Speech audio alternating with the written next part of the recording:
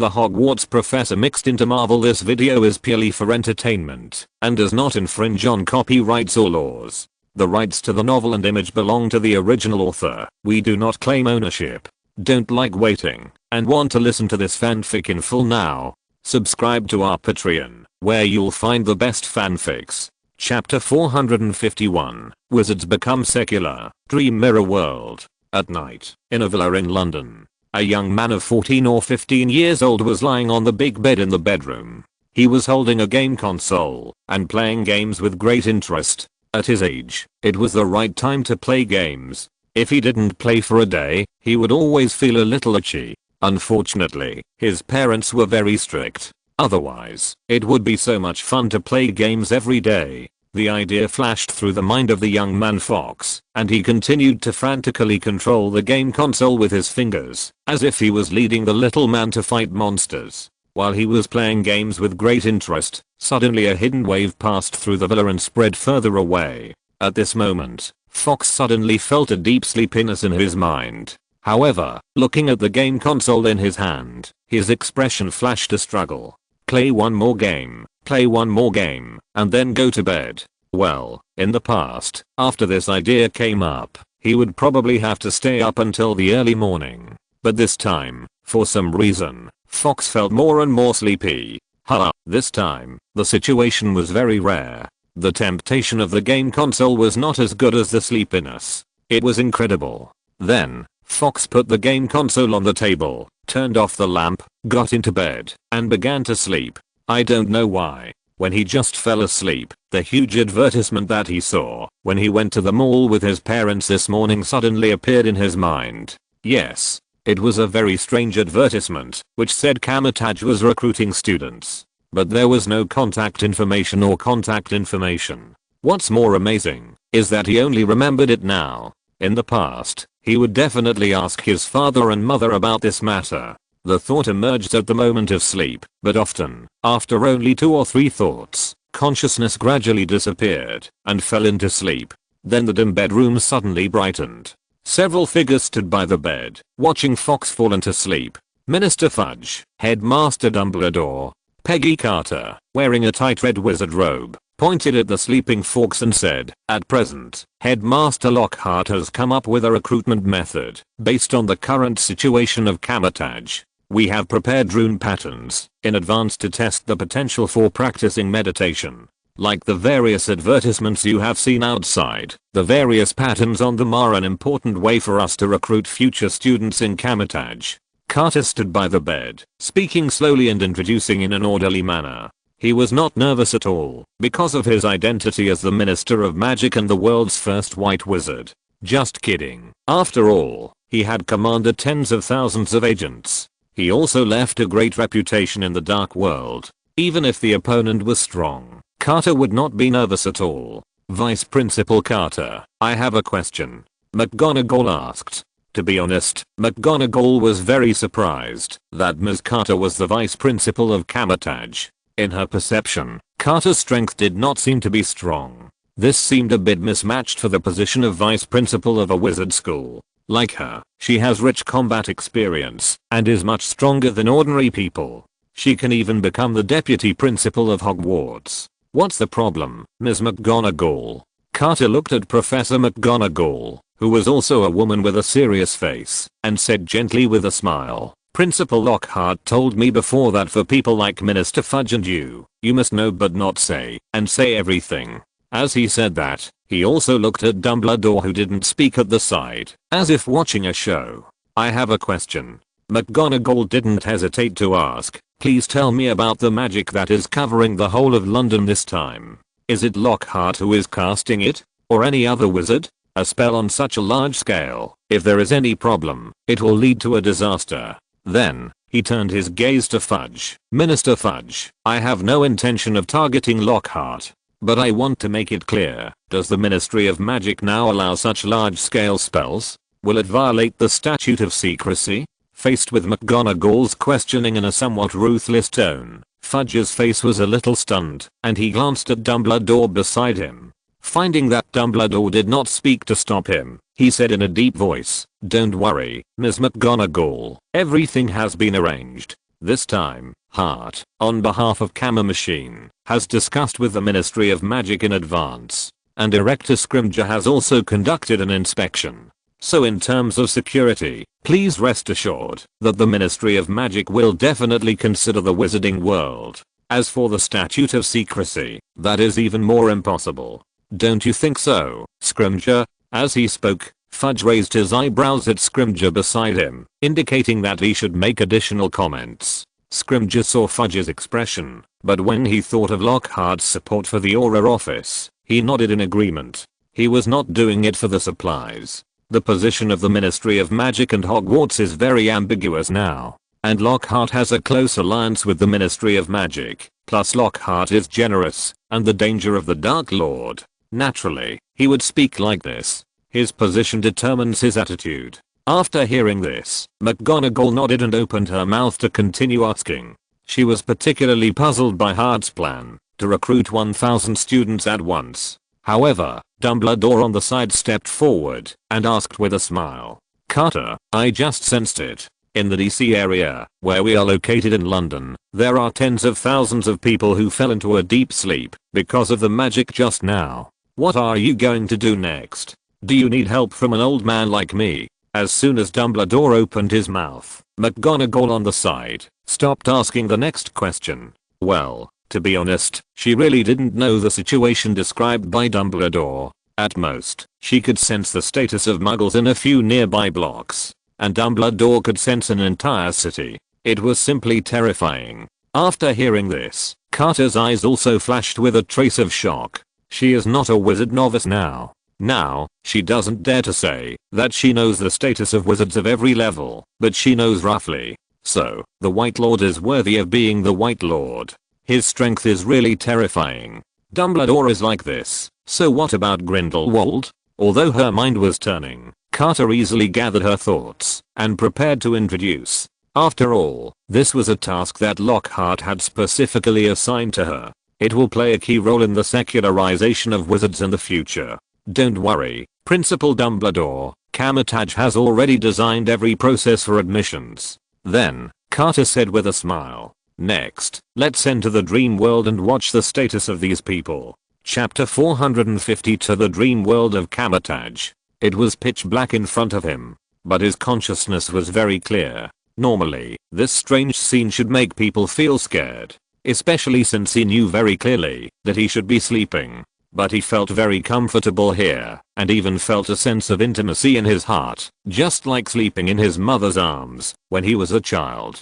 Curious. In the pitch black, Fox's heart was filled with curiosity, expectation, and desire. Step, step, step, step. Fox ran forward vigorously, as if there was a guide ahead, telling him what to do next. I don't know how long he ran. Suddenly, buzz. His eyes lit up, and light flooded into his eyes. He subconsciously covered his eyes slightly, as if he wanted to alleviate the impact of the bright light on his eyes. But soon, he reacted. There was no stinging in his eyes, and when he put his hands down, he saw a beautiful scene of birds singing and flowers blooming.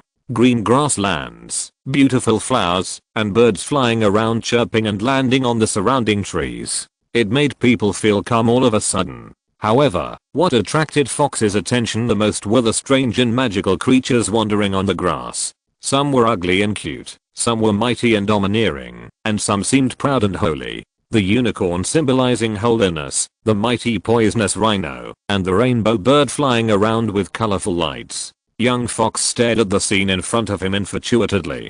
This is a dream. This is the first time I have such a lucid dream. Looking at the scene in front of him, Fox muttered to himself. Then, he ran forward madly. He wanted to touch the unicorn and ride the rhino. This time can't be missed. How many times in this life can I have such a lucid dream? Well, it would be better if it was another kind.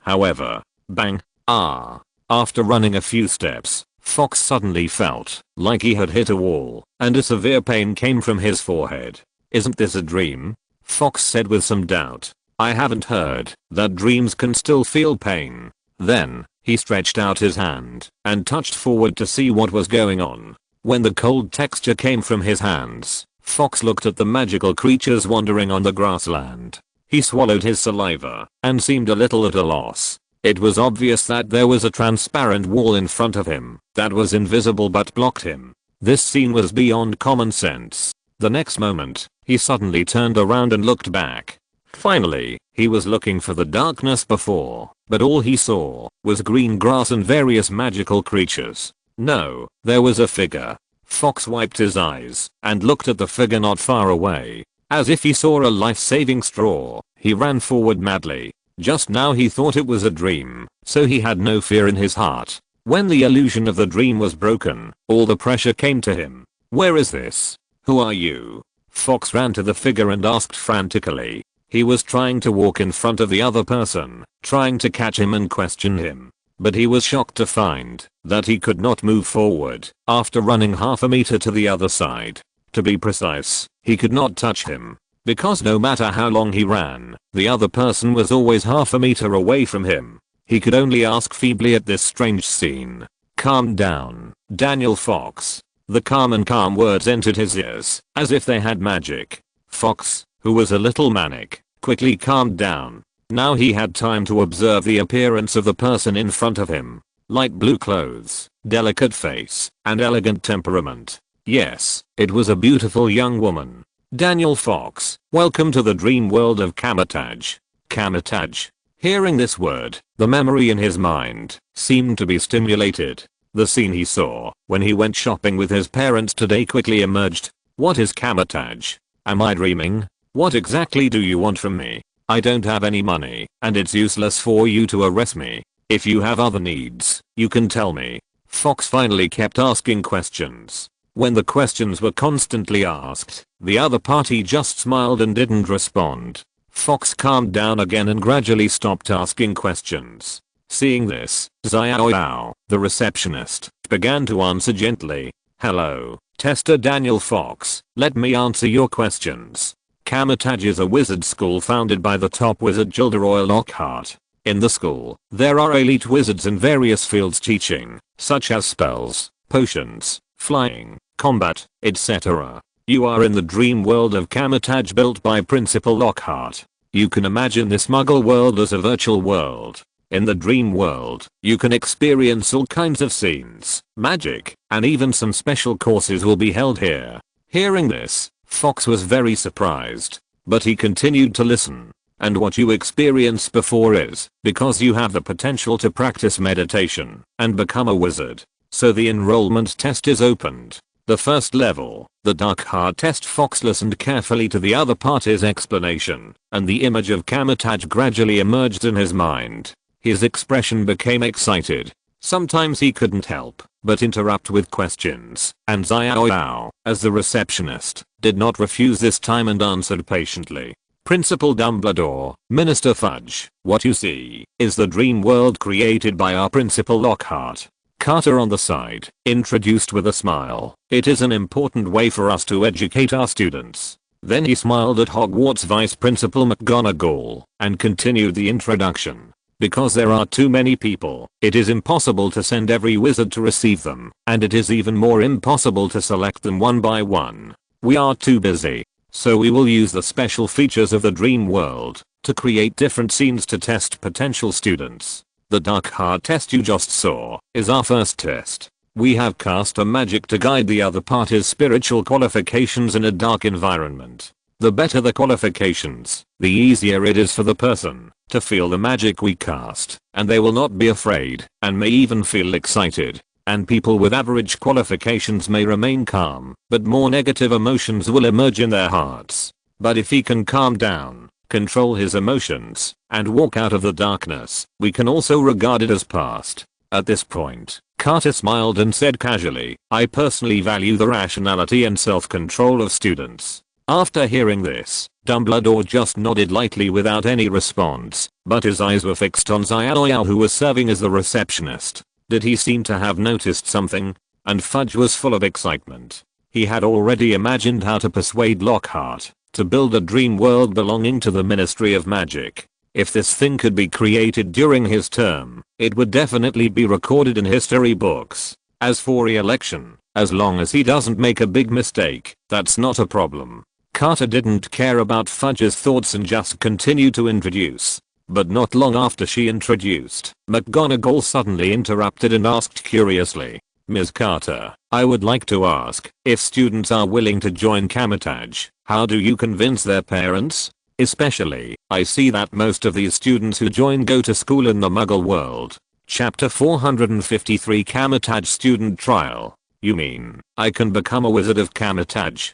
Daniel forecast Xiaoyao in front of him with some excitement. Becoming a wizard and learning magic is just like in fairy tales. So cool. I must tell my friends when I go back. If I don't show off this kind of thing, it would be unworthy of his age. After hearing this, Xiaoyao in front of him smiled and said, "Of course, you have passed the test and are qualified to enter Kamar-Taj." However, when Fox was excited, Xiaoyao suddenly changed his tone and became cold. "Mr. Daniel Fix, before joining Kamar-Taj, there is one thing I need to remind you." The sudden change in the tone of the receptionist Xiaoyao made Fox feel uneasy. "What's the matter?" he asked with some uneasiness. Xiaoyao looked into Fox's eyes and said calmly, "Because of the provisions of the Wizarding Confidentiality Law and the requirements of the Ministry of Magic, wizards are forbidden to interfere with the Muggle world. After joining Kamar-Taj, you must sever ties with the Muggle world." Hearing this, Fox asked uneasily, "Do you mean that I should drop out of school and not meet my friends?" "Yes." Xiaoyao nodded to express his affirmation. "Not only that, your relationship with your parents, relatives, friends, neighbors, etc. also needs to be cleaned up." "Clean up?" Fox asked in panic. "What do you mean? What are you going to do to my parents?" Xiaoyao still maintained a leisurely tone and replied, "Don't worry, Fox. Kamar-Taj is a regular wizarding school. It will not harm the lives of muggles for no reason. We will clean the memories of your friends, your family, including your neighbors, and will not cause them any form of harm. For them, you have never appeared." Hearing this, Fox fell silent. Xiaoyao smiled after seeing this, and continued to add, "Muggles are prohibited from contacting wizards. This is the secrecy law of the wizarding world, and has been implemented for thousands of years. Otherwise, the Muggle world would have been ruled by wizards long ago. Think about it, have you heard of the existence of wizards in your world? Except for wizards in fairy tales, any wizard who shows up in the Muggle world will have his memory cleared by the Ministry of Magic." Xiaoyao paused here and looked at Fox with a smile, as if watching Fox's reaction. Fox's face was full of hesitation. Being able to become a wizard and learn magic is a great temptation for someone like him. However, severing ties with his parents. What is this? After hearing this, McGonagall on the side said to Carter with some dissatisfaction, "Are you playing with people's hearts? He is only 14 years old and his mind is not mature at all. Let the child sever ties with his parents. Do you think this is an ancient wizard?" With what McGonagall said, Dumbledore and Fudge also looked at Carter. To be honest, Fudge also felt that it was a bit exaggerated. Although there is the statute of secrecy, the admissions of Hogwarts are not so strict. However, after all, it is strictly in accordance with the statute of secrecy. As the Minister of Magic, he certainly stands firm and will not say anything more. At this time, Carter did not panic at all and said slowly, "Professor McGonagall, I understand what you mean. However, there is one thing I want to remind you in advance. This is the admissions process of our Kamar-Taj. Everything is part of the test." Hearing this, McGonagall was silent for a while and opened her mouth to say something, but it seemed to be blocked. And Carter continued, "Moreover, as the vice principal of Kamar-Taj, there is one thing I still need to emphasize. The way of teaching mathematics in Kamar-Taj is very different from that in Hogwarts. We have higher requirements for the quality of students, and we consider their moral level, ideological quality, perseverance, determination and so on."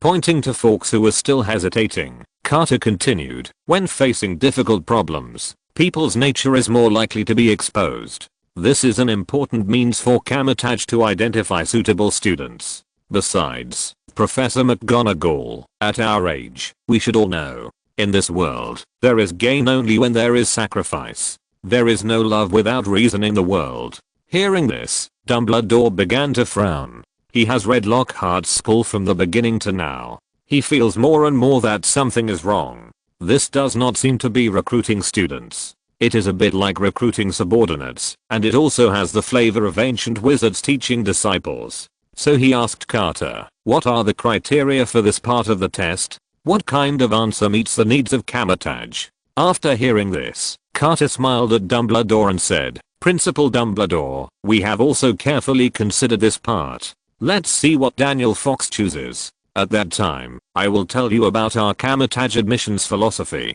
Dumbledore nodded after hearing what Carter said, and continued to focus his attention on Daniel Fox. Daniel Fox, I can feel your hesitation. Xiao, the magic artificial intelligence, still said with a smile, are you worried about your relationship with your parents? Yes. Fox hesitated for a moment, nodded slowly and said, I don't want to leave my parents. I love my parents, and my parents love me too. Kamar-Taj has also thought about your situation. Xiao said slowly with a smile. For Kamar-Taj, geniuses are always treated preferentially. As long as you perform well enough, it is not impossible to solve it. Hearing this, Fox suddenly looked up, stared at Xiao closely, and asked, what do you want me to do? Xiao smiled and waved his arms gently. The next moment, more than a dozen light balls of different colors appeared in front of Fox. Various pictures appeared on the surface of each light ball. Some wizards were waving their wands to fight, some were cultivating exotic magical plants, and some were brewing potions with tongs. Inside, there are all kinds of basic dreams made by Kamar-Taj, specially used to train wizard students' experience. If you can get good grades when you enter, then after you become a student of Kamar-Taj, your parents will also be well protected. As he said that, Xiao began to introduce the meaning behind each light ball. Some are pure meditation practice, some are potion making, and some are practical magic. It involves all areas of wizards, basically everything. After listening to it, Daniel Fox looked at the light ball on the left in the middle, which represents potion making. He swallowed his saliva, and decided to take a gamble. Dad is a doctor of medicine, and Mom brags that she is a top student every day. As their son, I should inherit some talents. Chapter 454, World Dream, Dream Spirit. You idiot, I think your head is made of pigs, right? I've told you the herb of life and death 3 times, and you still don't know how to use it. Well, Mr. Fox, I have to admit that you beat me. Your existence is an insult to potions. Outside the dream, Dumbledore, McGonagall, and Fudge heard a familiar sarcastic voice, and looked at each other. Is this Snape? McGonagall looked at the strange figure and the familiar voice in the dream, glanced at Dumbledore, then turned to Carter and asked hesitantly, you can say it is, or you can say it is not. Carter looked at the gazes of the crowd and slowly explained, this is a virtual image created by Principal Lockhart with the help of the dream world and magic. Because there are many students in Kamar-Taj, and we have a limited number of professors. So we chose a new teaching method, learning basic knowledge from dreams, and real teachers explaining and guiding. And Professor Snape is a well-known potion master in the wizarding world. Principal Lockhart also drew on Professor Snape's characteristics to build a virtual image. Carter waved his hand again. In a flash, in front of everyone, a ball of light of different colors appeared again. Today's goal is to transform this feather into a needle. Everyone, take a look at these little cuties. This is called a hippogriff. Dumbledore looked at the familiar voices of various characters in the light ball, and the corners of his mouth twitched. Although the people were all unfamiliar, he saw McGonagall, Hagrid, and even himself teaching defense against the dark arts. Don't worry, these are just virtual images made by our headmaster to better teach the little wizards. The only function is to teach some basic knowledge. What really needs to be practiced still needs to be put into the real environment. These are just to improve teaching efficiency and better distinguish the talents of each student. It is convenient for teaching students in accordance with their aptitude in the later stage. Hearing about teaching students in accordance with their aptitude, Dumbledore subconsciously nodded in agreement. But then he thought of himself, who actually appeared in the dream, and a strange look appeared on his face. Carter saw the expressions of Dumbledore and McGonagall, and his mouth curled up slightly, but he didn't say much. Many concepts in the technological world can be easily realized with the support of magic. As for whether this will be scolded, haha, those who scold will only become more and more envious and further promote the dream world. Although the dream world is built based on the origin of the dimensional demon god, if you want to cultivate and grow it, it needs more wizards and even muggles to join. It would be best if there is a dream of the world. Poof. As everyone was observing the new dream light balls, Fox appeared again with a puff. Daniel Fox looked at the magic artificial intelligence, or more precisely, the dream spirit Xiaoyao, with a sad face. He was scolded so much that he almost doubted his life. He now doubted whether he was his parents' biological son. Why was his talent not inherited? This is a doctor of medicine and a top student. It shouldn't be possible to be influenced by his parents. Well, it's better to play games. At this moment, Xiaoyao looked at Fox, who was crying, and said gently, "Mr. Fox, this time the learning score is 75 points, reaching a good level." Hearing this, Fox suddenly looked up and asked in surprise, "I passed, is it true or false? Although you failed to make the potion." Xiaoyao began to explain, "But after all, you have just started to learn potions. And you can prepare a potion under the scolding of a teacher who is based on Professor Snape. It means that you have a certain talent in potions, and your psychological quality has reached a certain standard. So the comprehensive evaluation is 75 points, reaching a good level." At this point, Xiaoyao waved his arms again, and a string of light balls appeared again. "However, I need to remind you that you have only obtained the qualification to enter Kamar-Taj.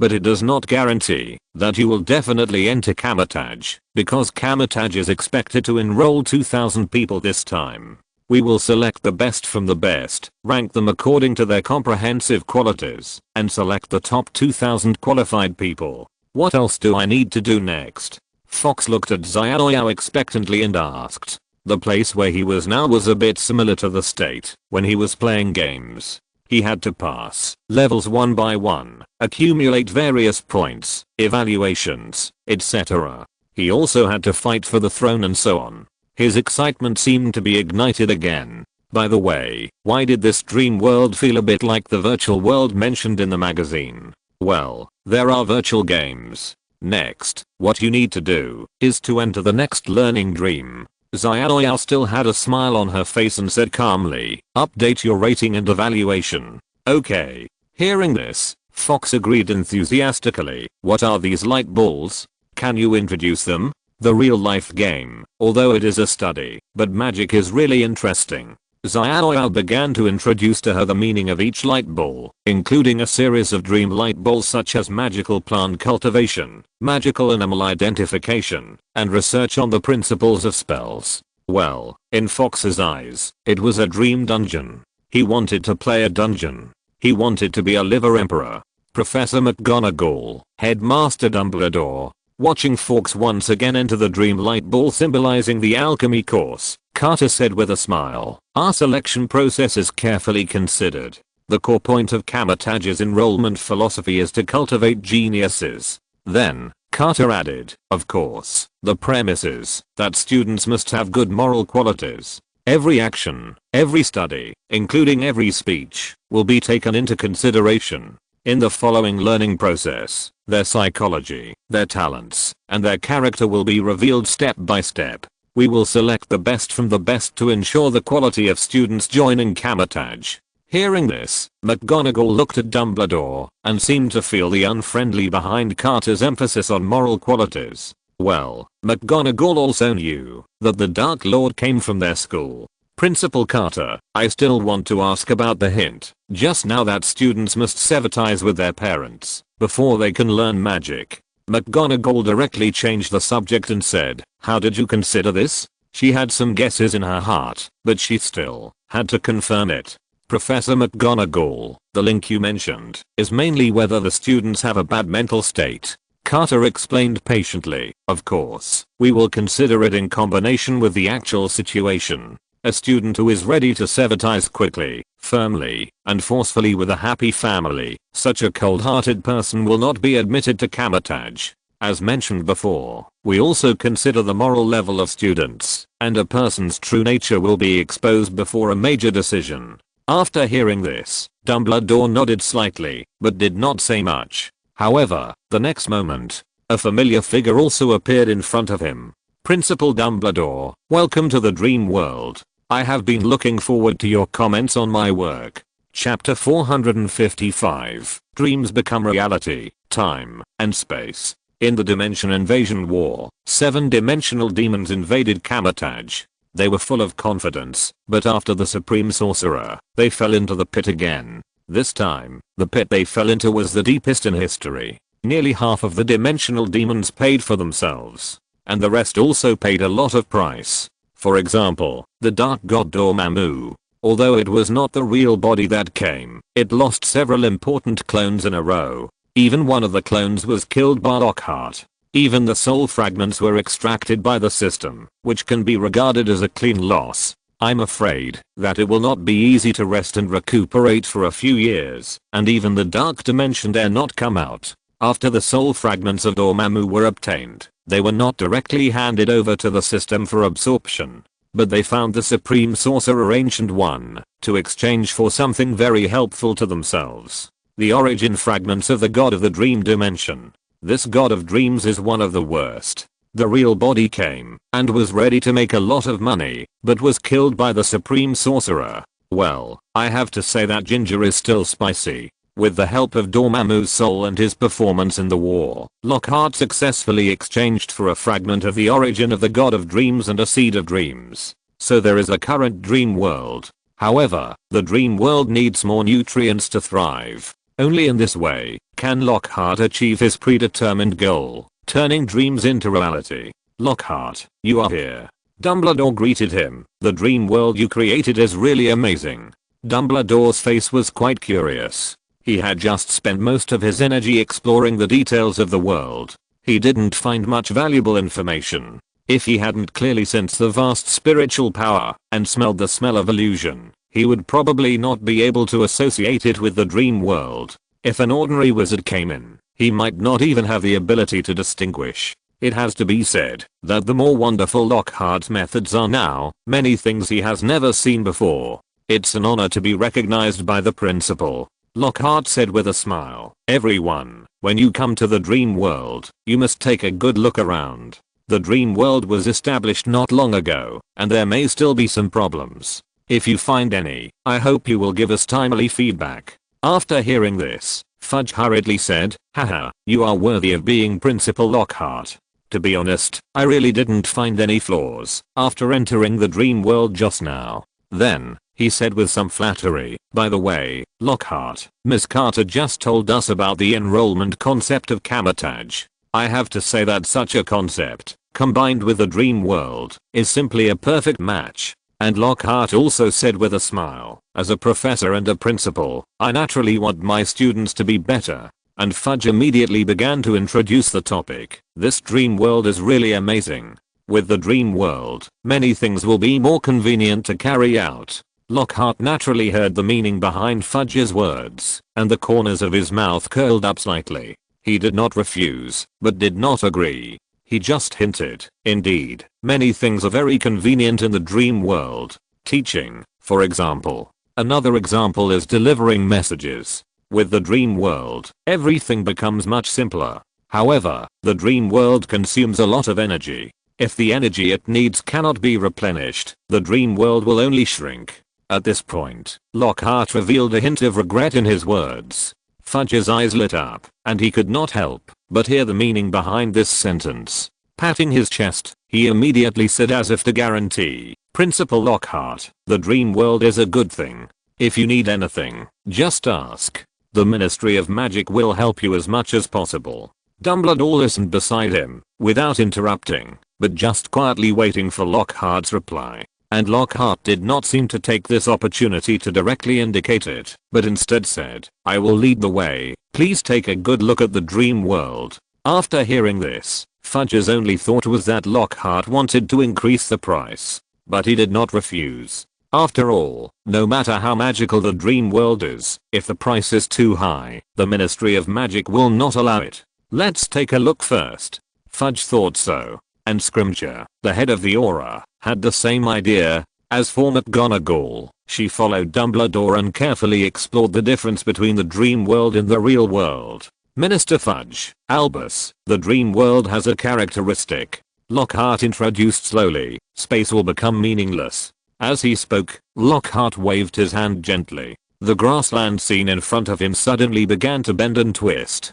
Dense woods, vast oceans, towering snow-capped mountains and other scenes flashed one by one. In just a few seconds, everyone experienced various scenes such as the earth turning upside down, and the tsunami attack. Fudge was stunned for a moment, and Dumbledore, looking at the scene in front of him, was also shocked. However, his expression did not change at all. Next, Lockhart's words made Dumbledore begin to become uneasy. Space becomes meaningless, and time is no exception. What does it mean? After hearing this, Dumbledore's heart was turbulent, but soon, he forced himself to calm down. Lockhart seemed to sense Dumbledore's mood change, smiled at him, and said again, in the dream world, students can do whatever they want, as long as they do not violate school rules. It is done by the dream world and a huge amount of mental power. It can simulate various scenes, and it can also accelerate people's consciousness or soul to a certain extent. And for people in the dream world, this has actually devalued the value of time. Lockhart, what you mean is that in the dream world, 1 hour can be used as 2 hours. McGonagall stood by and couldn't help asking curiously. To be honest, most of the students at Hogwarts were a little excited. If the dream world attracts all their remaining energy, then there is no doubt that this is a very valuable choice. Not to mention, if time can be extended, does it mean that students' study time should also be further extended? Well, to be honest, seeing Kamar-Taj and what Lockhart is doing now, as the vice principal of Hogwarts, she still feels quite stressed. As the master of dreams, Lockhart could easily detect McGonagall's inner emotions. However, what made him curious was that Dumbledore's emotions were very well hidden. He did not find much valuable information. At this moment, Dumbledore still closed his eyes, as if he was recalling what happened before, and preparing to make a summary. Suddenly, a serious voice came from Dumbledore's mouth. Lockhart, is the source of this dream world the mental power of the Muggles in London? Chapter 456, A Cruel Future. Dumbledore's concerns. It has to be said that the dream world is also a new thing for Dumbledore. In the wizarding world, the research on dreams is not only rare, but also very messy, and not systematic at all. What is involved the most is the dream curse. For example, killing people through dreams, etc. So when entering the dream world of Kamar-Taj, Dumbledore began to study the dream world with most of his energy. He initially thought it was related to memory. The scene he saw was somewhat similar to reading memories in the Pensieve. It's just that one can be changed, and the other cannot be changed. Of course, to a certain extent, if you are prepared, memories can also be changed, which can achieve similar effects to the dream world. However, seeing Lockhart playing with the space of the dream world, especially time, it also caused a great shock to Dumbledore. Although I know that the accelerated time of the dream world is not in reality, but for wizards, the spirit is more important than the body. In other words, if what Lockhart said really becomes a reality, as long as we tap the potential backwards, it is no less than a new way to prolong life. Moreover, this is a new path. For him, delaying life may not be too important, because he has the phoenix blood of the Dumbledore family. But for other wizards, especially the old wizards, this is no less than the ray of hope in the eternal darkness. When Lockhart demonstrated the changes in time, he did not feel the breath of time. But he could clearly feel that his consciousness was accelerating, and relatively speaking, other things began to slow down. To another extent, the effect of time acceleration was achieved, and consciousness did not seem to have too many side effects, becoming clearer. This made Dumbledore breathe a sigh of relief, and finally did not really involve time. The acceleration of consciousness, this can also be achieved by magic. Despite this, he felt that he was a little old, and there were too many things in the wizarding world that he still couldn't understand. For example, meditation, runes, and the current dream world. Lockhart already had too many new things, which had an increasing impact on the wizarding world. In this regard, he also sighed that he was old and was not prepared to do anything more. He has lived for hundreds of years. At this point, as long as the other party does not do anything evil, he is too lazy to hinder others from pursuing progress. After all, the wizarding world must always progress, right? To be honest, he was not particularly satisfied with the stagnant wizarding world in the past. However, when he felt that the dream world accelerated his consciousness, it might be because of his high strength, or the consumption of accelerating the consciousness of their group of wizards was not low. He seemed to sense the energy of the dream world. It was mental power, or to be more precise, it was a chaotic mental power. He seemed to feel a familiar breath. Familiar and chaotic. Broken and vast. It was the spiritual sea where the residual mental power of the entire London Muggles gathered every day. No wonder Kamar-Taj mainly recruited students in London. No wonder a magic lasted for more than 4 hours in London, which occupies 1,577 square kilometers. So that's it. Lockhart is the source of this dream world, the mental power of the London Muggles. Hearing Dumbledore's serious and questioning tone, Lockhart immediately understood. But he didn't care. He nodded slowly and said gently, "Of course, the dream world needs to run for a long time, and a reliable energy source must be found." At this point, Lockhart said to Dumbledore in a tone of "Don't make a fuss, Principal, these residual messy mental powers are not used by wizards, and they have no effect on muggles. I collect them, and consume them as a new energy source. It doesn't seem to bother anyone, and it doesn't violate the statute of secrecy."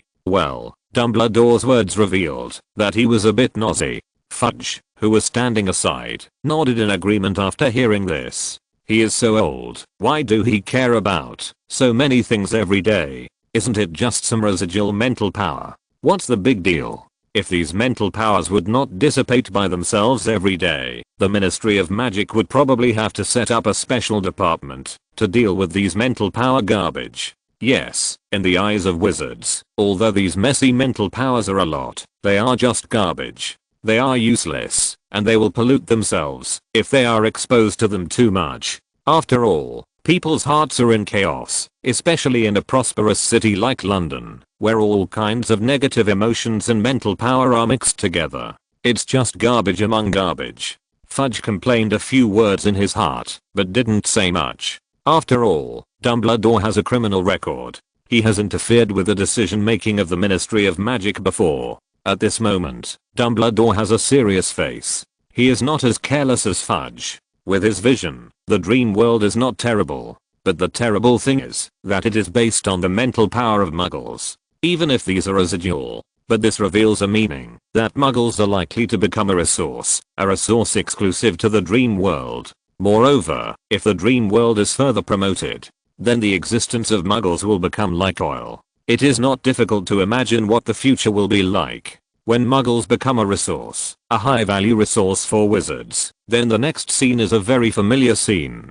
Conquer. Plunder.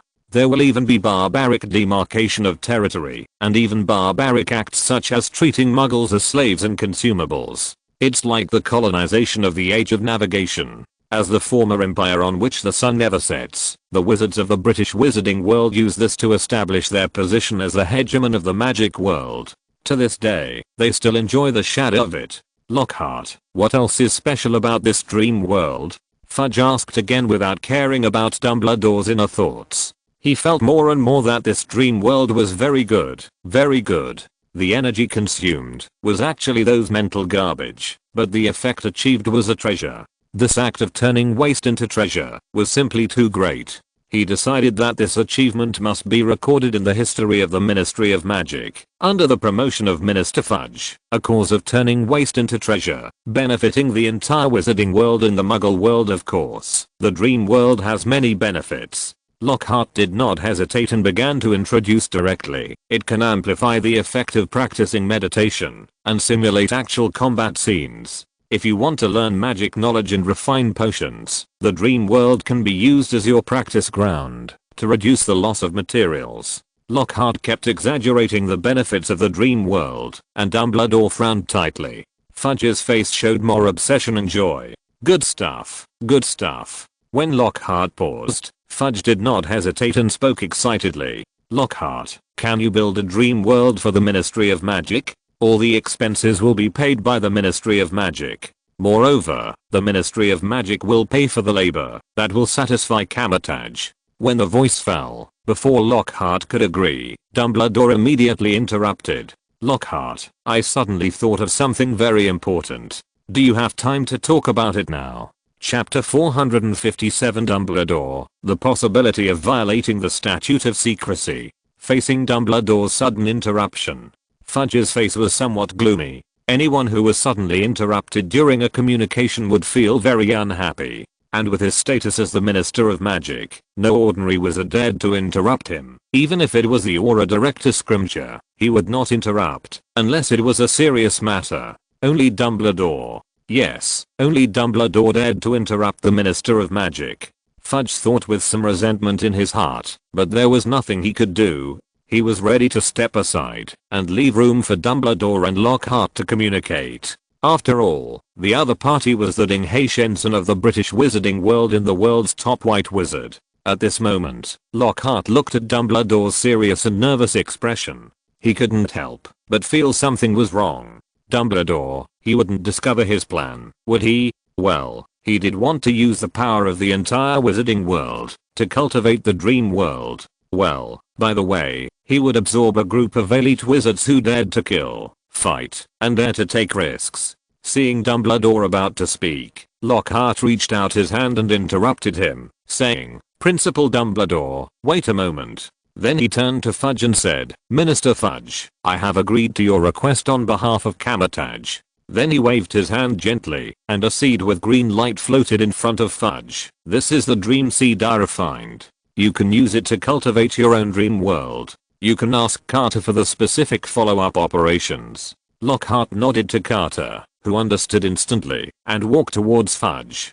Dumbledore, after hearing this, gave McGonagall a look, as if they were in sync. He followed Carter, and walked towards a nearby area, smiling and saying, Ms. Carter, Hogwarts is also interested in the dream world.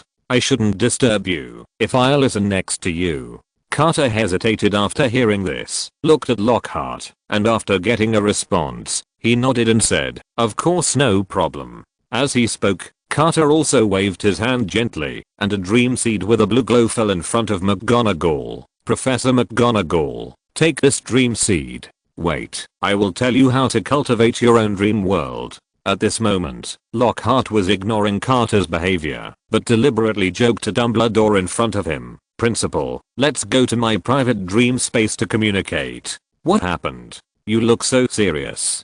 Dumbledore glanced at Fudge, didn't say much, just nodded. As Lockhart waved his hand gently, Dumbledore felt a strong mental fluctuation in an instant. The next moment, the surrounding scene changed instantly, and they entered a study room that looked like winter, with a thick brown wooden table, numerous books on the bookshelf, and even the fireplace on the right was creaking. It gave people a warm and peaceful atmosphere. However, Dumbledore's face looked a little strange. For some reason, he found traces of his office in it. Well, it seems that Lockhart had planned for the position of principal. A strange thought suddenly emerged from his mind, and Dumbledore shook his head slightly and regained his mind. Lockhart, there is one thing I have to ask. Where does the dream world come from? I don't want to know this, but you must tell me what plans you have for the dream world in the future. Hearing Dumbledore's serious tone, Lockhart's face just showed a hint of surprise, as if he was a little puzzled. What's wrong, Albus? There doesn't seem to be any problem with the dream world. It can be of great help to wizards. Dumbledore did not reply, but stared sharply at Lockhart's emerald pupils, as if he wanted to see the conspiracy hidden behind it.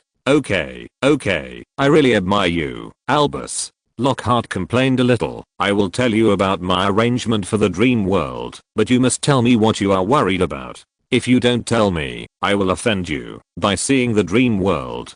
Dumbledore did not respond to Lockhart's complaints, but just listened quietly. My plan for the dream world is actually not complete, Lockhart said slowly. At present, he is responsible for training students. However, based on the special nature of the dream world, I want to try to pull other wizards into it and build a complete platform. At this point, Lockhart showed obvious regret on his face. This is just an ideal state. Because of the characteristics of the dream seed itself, the scope it can cover is also limited.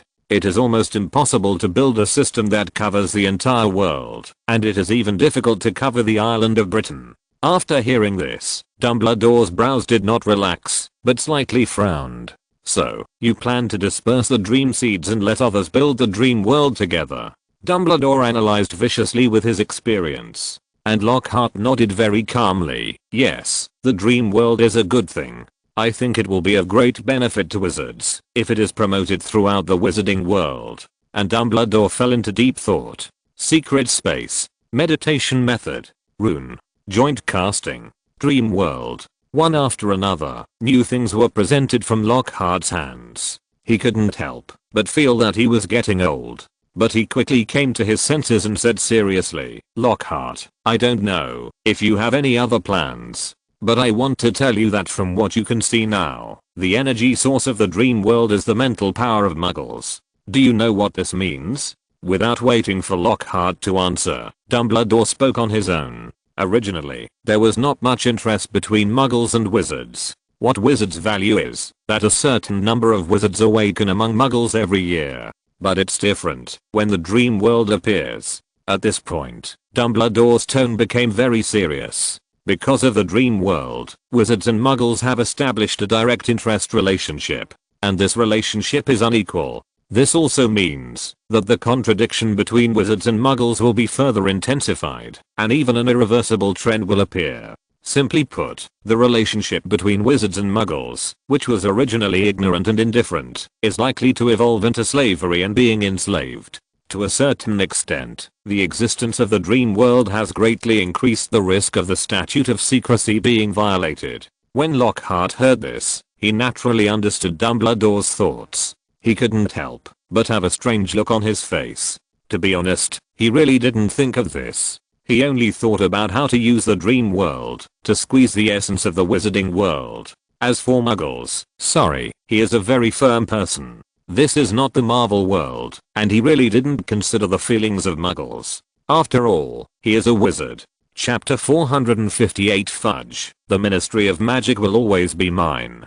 Wizard Apprentice Daniel Fox. The magic combat dream is over. This time the score is 32 points. Suggestion. Play to your strengths. Close combat is fighting. Spells are fighting, but potions can also be used to fight. It's not your fault that you don't understand magic, but being deceived is your stupidity. The red flame ball of light burst, and Fox appeared in the dream world again. Xiaoyao's evaluation came to his ears, and an embarrassed look appeared on his face. Well, he actually thinks those blue elves are like fairy tales. Quite cute. Prepare to go up and say hello, and by the way, ask for information. The other party also behaved very friendly at first. As a result, he was pulled up to the sky and fell to death. Thinking of this, Fox subconsciously touched his ears. It was the first time he experienced the feeling of being pulled up to the sky by someone's ears. This feeling is really shameful. Hello, may I ask how my ranking is now? Is it within the top 2000? Fox, who came back to his senses, asked Xiaoyao expectantly. Xiaoyao smiled, but said in a flat tone, sorry, there are many people taking the assessment, and the number is changing. The specific ranking cannot be determined for the time being. We need to wait until the assessment is over before we can rank them. It is recommended to take other assessments to increase your comprehensive score. Hearing this, Fox showed obvious disappointment on his face. But he didn't say anything, just prepared for the next assessment. Just when he was hesitating about which project to choose, suddenly, Fox turned his head and looked at Xiaoyao with a delicate face and asked curiously, hello, I still don't know your name. How should I call you? Are you also a wizard of Kamar-Taj? After hearing this, Xiaoyao's smile remained unchanged, as if she had no other expression except smiling. Of course, I'm the most important property of Kamar-Taj. You can call me Xiaoyao. The dream world is my home, and I'm the spirit of the dream. Hearing this, Fox showed an expression of understanding on his face, but he seemed to realize that the other party seemed to say that he was not a human. This made him, well, Inexplicably, a trace of regret emerged in his heart. Well, the other party is really beautiful, but she is not a human. As if sensing Fox's inner thoughts, Xiaoyao smiled, but a trace of disgust flashed between her eyebrows. Haha, another piece of trash. Well, my father is the greatest.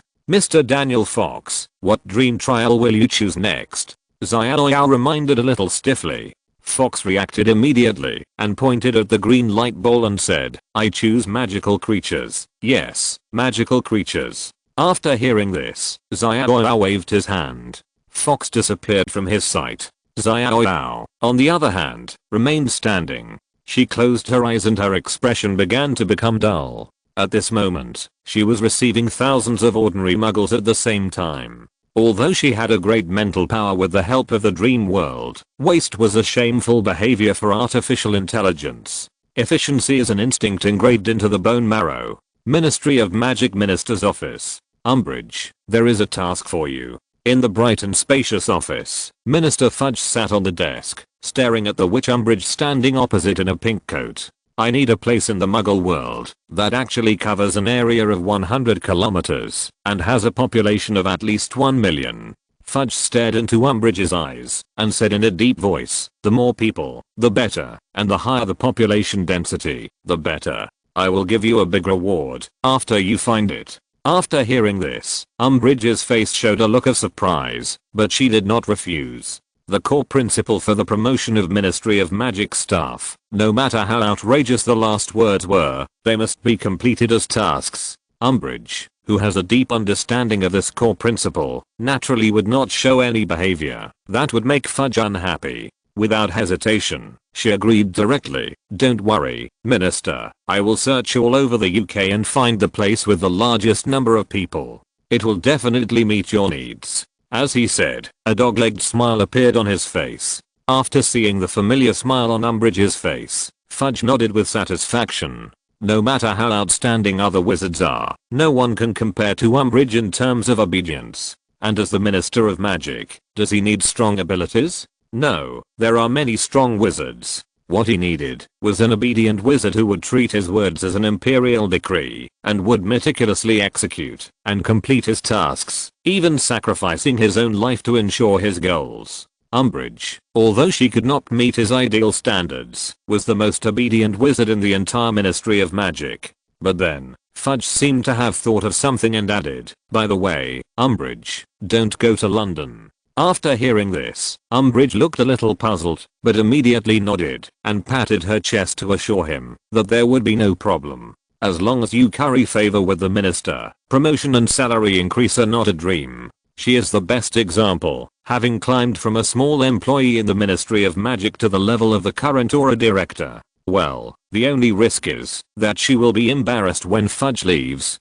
However, it doesn't matter. After all, no matter who comes to power, there will be no shortage of obedient people. She is the most loyal lackey of the Minister of Magic. No matter who the Minister of Magic is, even a dog will do. And when Umbridge left the office, Fudge took out his wand and waved it gently in the air, and then nodded. A dream seed with a blue glow floated in front of him. Looking at this dream seed that exuded an illusory atmosphere, Fudge showed an obsessed look on his face, and a few wisps of fanaticism flashed in his eyes. He heard that Miss Carter said that dream seeds require a lot of mental power to cultivate. When the seeds grow vigorously, they become a dream world. As the master of the dream world, not only can you use the dream world to practice, but you can also enter the dream world to fight. The combat effectiveness depends on the size of the dream world.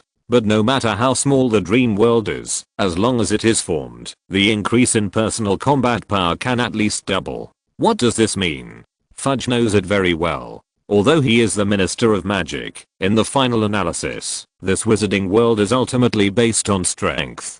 So, he has to look at Dumbledore's color when the Dark Lord appeared. He was panicked and scared. He was really afraid that when the minister's halo faded, he would be unknown and no one would pay attention to him, or he would be threatened to die in an empty alley, and even his death would not cause a ripple. However, all this could change. Yes, everything can change. As long as the dream world is successfully cultivated, he will have hope.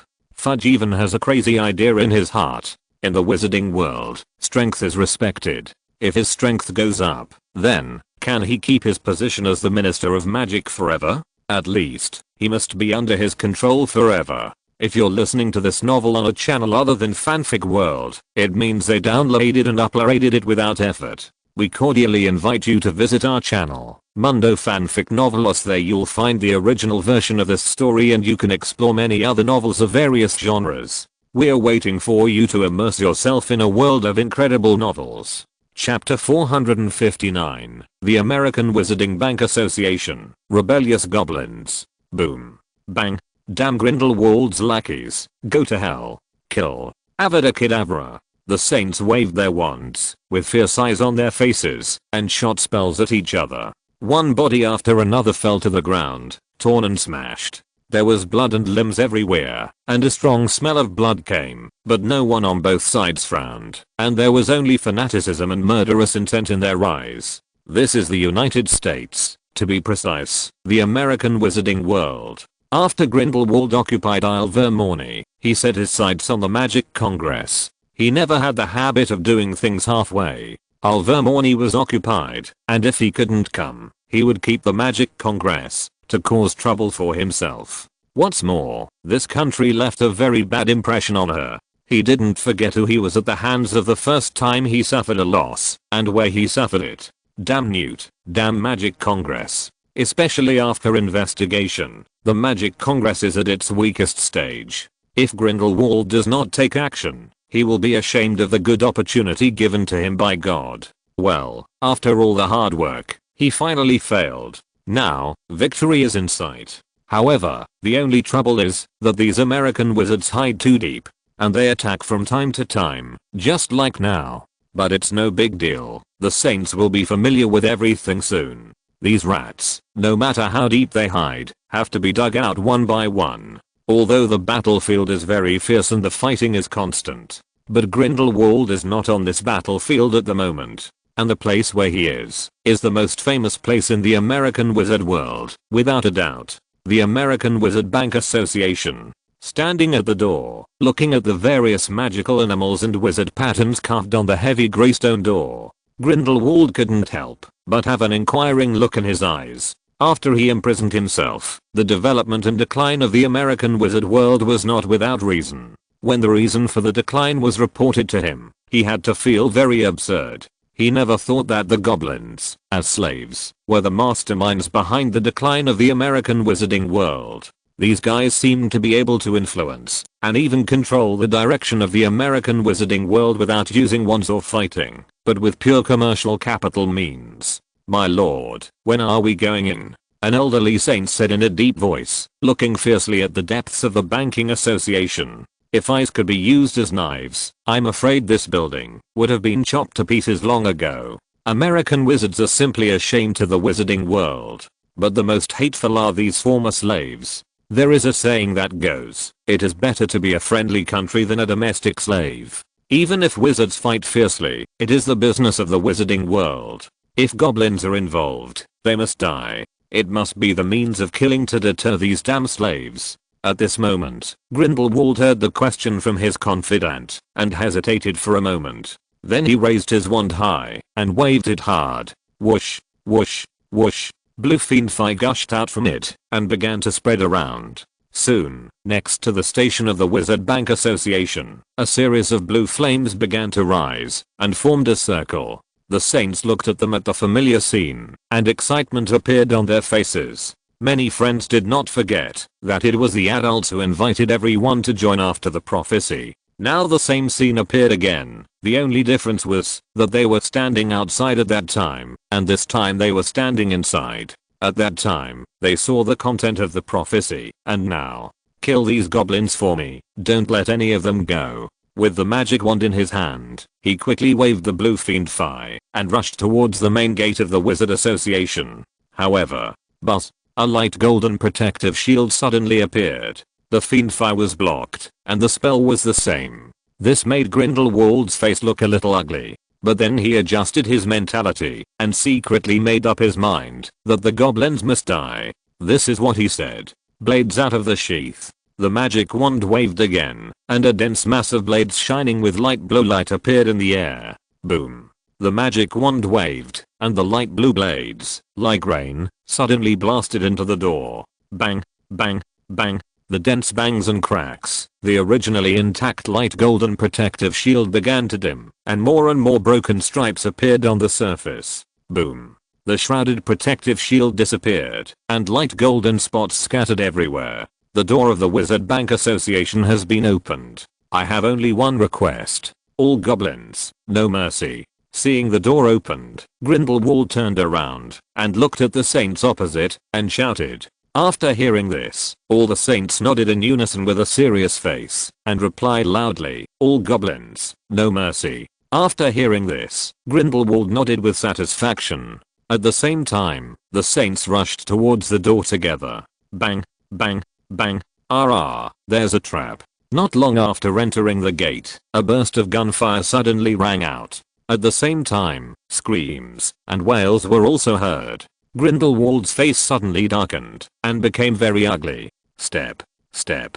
Simply taking 2 or 3 steps, Grindelwald walked behind the saint, as if shrinking the earth into an inch. Bang, bang. The gunfire rang out again, and Grindelwald's face became even colder and more severe when he saw this scene. Magic guns. Looking at the goblins wearing red clothes not far away on the opposite side, holding a magic gun in their hands. Grindelwald's eyes suddenly surged with anger, but soon returned to his original calm state. This group of goblins, in addition to being thrifty in terms of money, seems to be still not inferior in the study of alchemy. The ancient wizards did not do it lightly. When dealing with goblins, they should be tamed according to the methods of house elves. Otherwise, it's all dangerous. Avada Kedavra. Without hesitation, Grindelwald waved his wand and shot fierce killing curses at the goblins. He has always believed in wizard supremacy, and there is only one result for the goblins, a rebellious race. Kill. Kill them all. Kill them until they dare not think of rebellion again. As Grindelwald took action, the magic guns in the hands of these goblins had little effect, and they were naturally killed by the powerful black magic. When all the goblins died, the scene was silent, and the saints around looked at Grindelwald with awe. At this moment, Grindelwald frowned slightly. In his perception, there seemed to be no breath of life deep in the building. The only explanation is that these goblins escaped. Chapter 460 Grindelwald and Mercusa. Boom. As Grindelwald walked out of the American Wizarding Bank Association indifferently, almost instantly, under the bombardment of a huge magical force, the huge building shattered and turned into ashes. Behind Grindelwald, dust flew all over the sky. But these could not cover Grindelwald's cold face. At this moment, the saints did not dare to look directly at Grindelwald. They all lowered their heads, and their faces remained solemn and angry.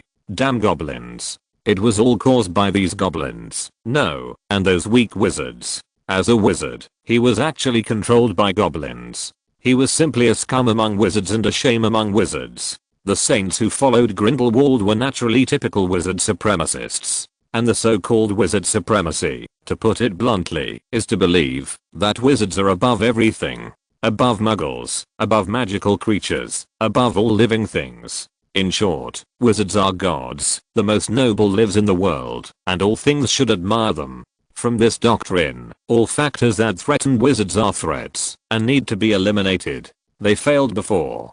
But it does not mean that they have given up wizard supremacy, but believe in it more. Although that damn Dumbledore stands on the side of muggles. But he is also a wizard. It is enough to show that only wizards can be enemies of wizards. Those muggles, at most, kneel down before wizards like Dumbledore, begging for pity and protection. But now, what do they see? What do they see? A wizard actually surrendered to goblins. He also listened to the goblins, and used them as cannon fodder to attack wizards. Shame, scum, this is a witch traitor. At this moment, Grindelwald's face was cold, but his heart was alert. Goblins. Originally, he thought that the future changes would focus mainly on wizards. Unexpectedly, goblins have also risen. Yes, in Grindelwald's view, goblins have begun to rise. He is not a fool, on the contrary, he is smarter than most wizards in the world. He didn't completely think that goblins would be slaves like house elves. There were signs that goblins rebelled again. This time, they not only mixed with wizards, but also mixed with muggles. The magic guns in their hands were proof of this. And these were not the most important in Grindel's view. After all, the wizard world respected strength. Top wizards liked them, although they had many styles. But in essence, no matter attack or defense, they were still not his opponents. No matter how many there were ways to solve them. And the most vigilant thing for him was that, if it hadn't happened today, he would probably never have considered goblins. Because in future observations, there were no goblin-related factors at all. He didn't see it in the past, so he directly thought that goblins would not cause much waves in the future. But from a realistic point of view, they have begun to take root in the wizard world and even affect wizards. So, this is impossible. After throwing away all the impossibilities, there is really only one answer. That is goblins, who already have means to cover up speculation about fate. And the means are not weak enough to cover up his prying into the future. When he thought of this, the cold expression on Grindelwald's face began to ease, but he still couldn't help saying, the wizarding world now is much more interesting than Dumbledore. In the past, only Dumbledore had used Hogwarts to shield him from certain prying into the future. Now, Dumbledore is still alive, and another cadet has come out, and even goblins can be shielded. I have to say that this time, Grindelwald was quite touched. The excitement of the wizarding world is about to begin. It is not certain that there will be more unexpected wizards in the future. Now, even if Slytherin and the other 4 giants of Hogwarts are resurrected again, Grindelwald dare not say that he does not believe it. American Wizard Bank Association. Temporary base. Chenas. A short goblin in a suit waved the civilization stick in his hand and shouted excitedly, Grindelwald is here, and you just received the news. Look, all this is caused by you. The goblin Nas said excitedly, waving the civilization stick in his hand. At this moment, Chenas, the vice president of the Magical Congress of the United States, waved his hands helplessly and said, don't worry, Nas, Grindelwald came to the United States. Who would have thought that? And he actually went to Alvermorny first. You know, Alvermorny is a very independent magic school. You have never been able to extend your power to it before. So what can we do to get information? When the goblin Nas heard this, his chest began to rise and fall, as if expressing his anger, but forcing himself to suppress it. Even if the wizard Chenas was a bastard, he was supported by the goblins themselves. He was second only to the chairman of the Magical Congress. They couldn't fall out because of this matter. To be honest, he was not afraid of a fallout between the two. The key was that after a fallout, there would be little benefit. Instead, it would all be losses. Well, if there was enough benefit, he would not recommend selling Chenas. After all, who would hate gold galleons? At this moment, Chenas seemed to know that the goblin Nas was in a bad mood. To be precise, this time their headquarters was destroyed, and many goblins were sacrificed. Who can bear this? And now, the goblins are the biggest financial backers who support him. He doesn't want to ruin the relationship. The current Magic Congress and the goblins are not much better. The chairman of the Magic Congress was badly injured in the fierce battle with Grindelwald. Then, can he, the vice chairman, go to the next level? Of course, the strong support of the goblins is needed behind this. As a wizard who grew up in the United States, he knows the relationship between capitalists and politicians. The relationship between the two is constantly changing. Sometimes the financial backers rely on politicians, and sometimes politicians rely on the financial backers. He needs the support of the goblins, and of course, for this, he has to paint a big picture. After all, even if the other party is a goblin, it cannot escape the nature of capitalists pursuing profits. Nuss, Vice President of the Magic Congress, Chenas, soothed, don't worry, Grindelwald won't be arrogant for long. Dumbledore is not dead yet, he will not let Grindelwald be so rampant in the United States. Don't forget that decades ago, Grindelwald wanted to take action against the Magic Congress, but with the support of Dumbledore, he failed in the end. I believe that this time, Dumbledore will take action again in a short time. Then in the future, the United States will be our world. At this point, Chenas himself began to get excited, and his tone became passionate, as if what he said was coming into view. After Grindelwald leaves, and I become chairman, the Magic Congress will support you wherever you want to open a bank. And tax relief and legal support can be discussed. Let's join forces to build an America that can dominate the world, whether in the Muggle world or the Wizarding world. The United States is an immigrant country, including wizards. Pure-blood wizards are of course there, but they are not as noble as in other wizarding circles. Chenis was a Muggle wizard born and raised in the United States. When he was in the Muggle world, he was very proud of the United States' status as the world's #1 power. When he became a wizard, he found that the #1 in the wizarding world was actually the once deceased British wizarding world. Suddenly, he had a dream in his heart. He wanted to make the American wizarding world truly #1 in the wizarding world. To this end, he would fight for it all his life. Well, the above words were all said by him to deceive other wizards to support him. To put it bluntly, as the son of a Muggle politician, his natural sensitivity and desire for power far exceeded that of ordinary people. Provoking opposition and intensifying contradictions was his first step to gain power. Later, the support of other forces. Whether it was funding, public opinion, or force, more people's support and promotion were needed. Just like the relationship between Muggle politicians and Muggle capitalists. He found the goblins, and the two cooperated with them. He became the vice chairman of the Magic Congress, and the goblins, with his support, gradually became prosperous. At least, the number of goblin deaths has been greatly reduced. To be honest, Chenis is quite satisfied with the scene, where Grindelwald appears now. On the other hand, the original chairman of the Magic Congress was severely injured. If there is no major change later, he will not be able to hold on for long, and can only abdicate. On the other hand, the goblins should be beaten up. These goblins will never know who is protecting whom. As the son of a Muggle politician, he understands the relationship between politicians and capitalists. These capitalists are a double-edged sword that can hurt people, but if used improperly, they will also hurt themselves. Beating from time to time, unifying thoughts and interests is the key. At this moment, the goblin Nas heard it, and nodded in agreement, as if he was very satisfied. However, bang, bang, bang, on one side of the battlefield, near where the saints were, fierce gunshots rang out, and the figures of goblins holding magic guns began to emerge. I saw one wizard corpse after another lying on the ground, blood spilled on the ground along with the holes on the body, and a strong smell of blood filled the air. In this situation of deliberate and unintentional, coupled with a sneak attack, the saints who originally had the upper hand were almost wiped out. At this moment, the wizards on the opposite side, who belonged to the Magic Congress, looked at the goblins in front of them, and were a little overwhelmed.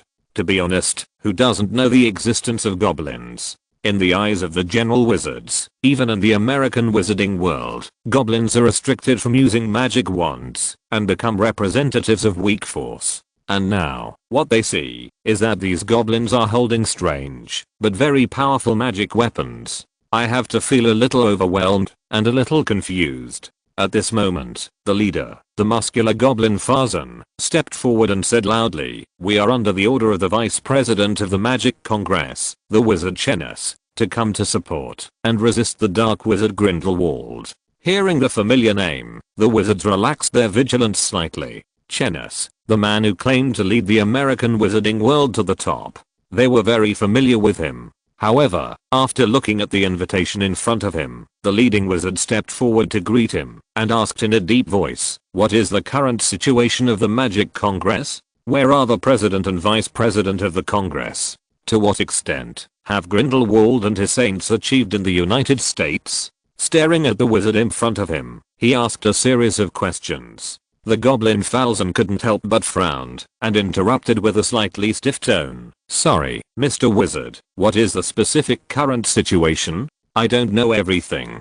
If you want to know the situation at the front, you can go to the temporary station with us, and meet with Mr. Deputy Speaker Chenis. I believe you can get the answer you want." The interrupted wizard seemed to be choked, and a trace of dissatisfaction appeared on his face. But after all, the other party is a lifesaver. Even if the other party is a goblin, it can't be too much. Then, after hearing the following words, he didn't continue to ask.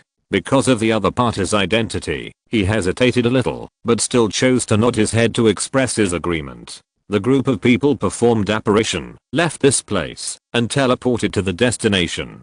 Alvermorny, the headmaster's office. I sat on the chair with my eyes slightly narrowed, looking at the opposite side coldly. Philo, I want an explanation. Why did so many saints die in just 3 days? At the end, Grindelwald's tone became very calm, and Philo seemed to be able to clearly sense the anger behind the calmness, and hurriedly said, of course, we checked and have confirmed it. The resistance from the Magic Congress is one aspect, and the other is the strange magical weapons in their hands. Philo F seemed to have thought of something, and hurriedly added, I remember that kind of thing. It should be called a pistol, which is very popular in the Muggle world. It is very likely that these goblins and Muggles are together. Well, Philo automatically ruled out the possibility of wizards.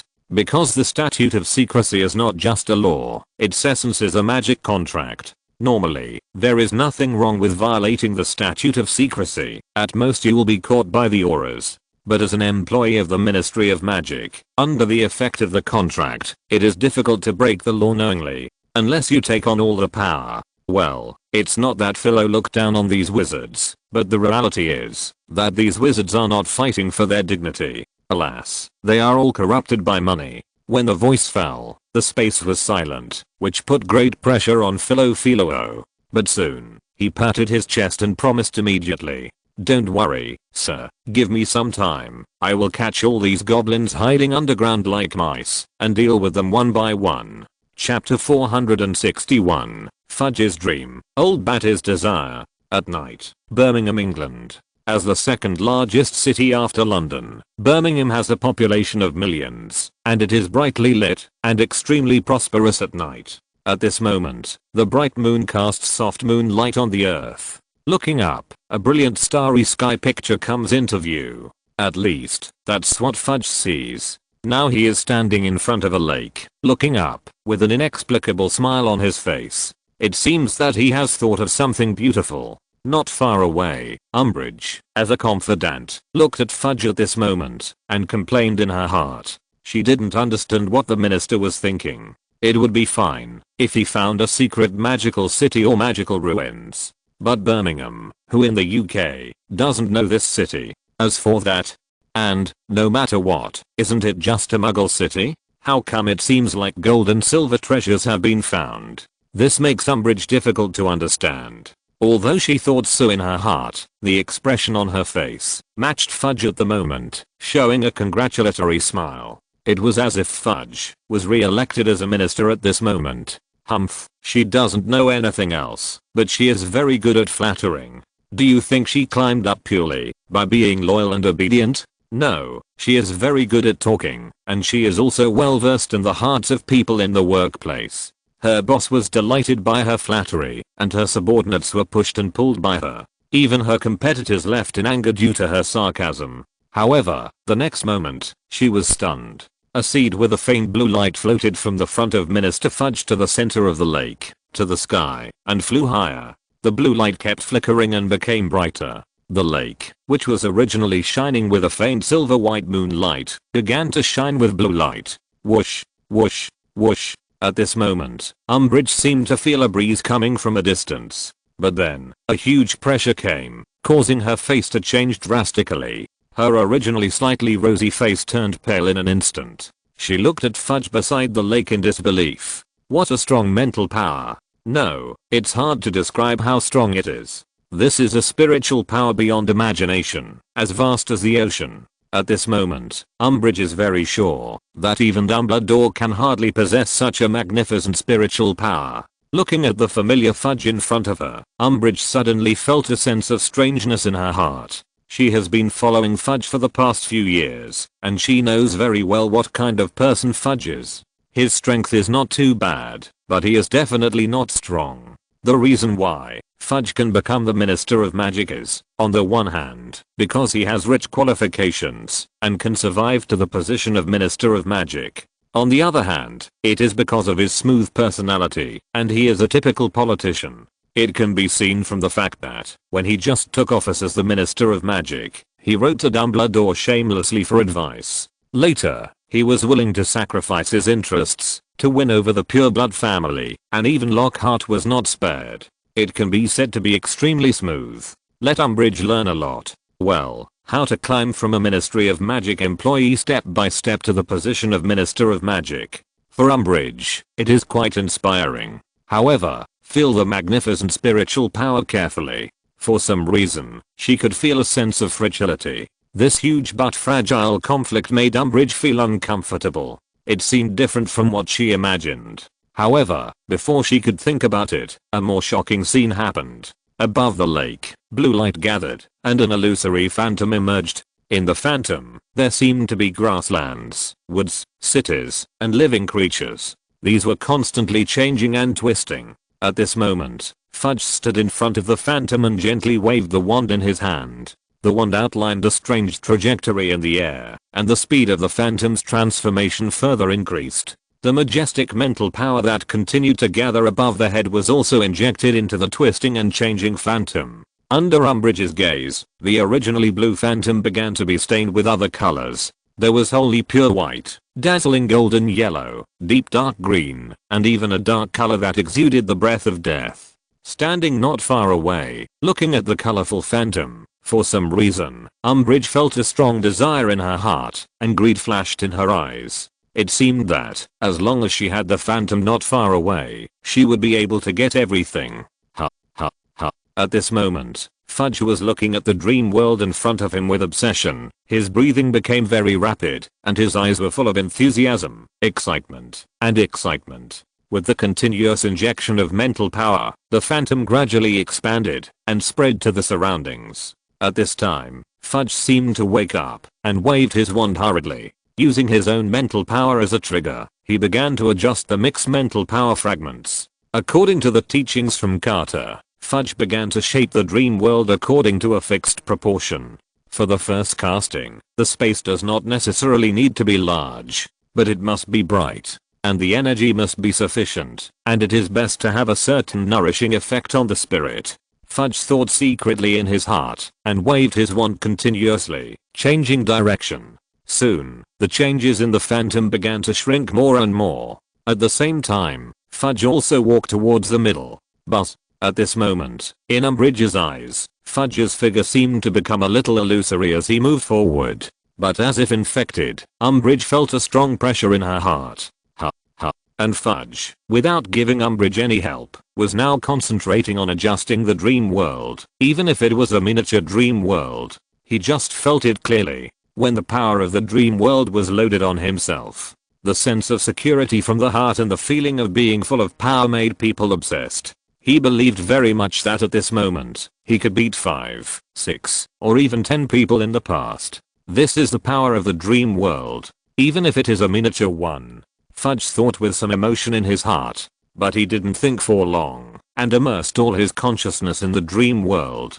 Because of his desire, he completed it alone, and did not ask anyone else for help. Relatively speaking, if you want to perfect the dream world, the best choice is naturally yourself. And at this moment, the miniature dream world, that has just been formed, is quietly changing inside. Towers are gradually formed, and the colors are also different. Some look simple, some seem to be made of bronze metal, and some are wrapped with various green plants. Among them, the height of each tower is uneven. However, they all have common characteristics. The closer to the core of the dream world, the higher the tower is. In the dream world, in the middle and core position, a huge tower rises. He is the most conspicuous and the tallest. And this symbolizes Fudge's ambition deep in his heart. He wants to stand the highest among the crowd, see the farthest, and overlook everything. And others continue to protect him, so that he can continue for a long time. Not far away, in a corner that even Fudge and Umbridge did not notice, there are 2 pairs of eyes silently watching everything happening in front of them. These 2 pairs of eyes come from Principal Lockhart and Vice Principal Peggy Carter of Kamar-Taj. Lockhart, are you sure there is no problem after the dream world is flooded? Carter squinted his eyes, sensing the changes from Fudge in a short time, and said with some emotion, "It's really the courage of the bear man." With the dream world, Fudge seemed to be much more confident, and even some thoughts appeared on his face. Carter naturally knew the reason behind this. It is the same in any world. When you are strong, you want power, and you want more power. And this is exactly what Carter is more worried about. 1. 2. She can accept it. After all, there are many good players in Kamar-Taj, and if they really encounter them, can't they just solve them? But if it is really according to Lockhart's original plan, the dream world is fully promoted. That is equivalent to forcibly increasing the combat power of the entire wizarding world by several times. Of course, Carter naturally knows the dangers. After hearing this, Lockhart smiled and nodded and said, "Carter, don't worry. Any new order always comes at the cost of the blood of the old order. Chaos is a necessary link in the recasting of order. The dream world will bring initial changes to the wizarding world." At this point, Lockhart deliberately paused, as if organizing the next words. Then he said in a deep voice, word by word, "Similarly, it is also a guarantee for wizards to gain a firm foothold in the new world. Don't forget, what are our identities? Ministry of Magic, Office of the International Magic Exchange and Cooperation Department. As the director of the International Magic Exchange and Cooperation Department, Barty Crouch, half lying on his seat, squinting his eyes, seemed to be enjoying this pleasant rest time. To be honest, he was not used to such a life at first.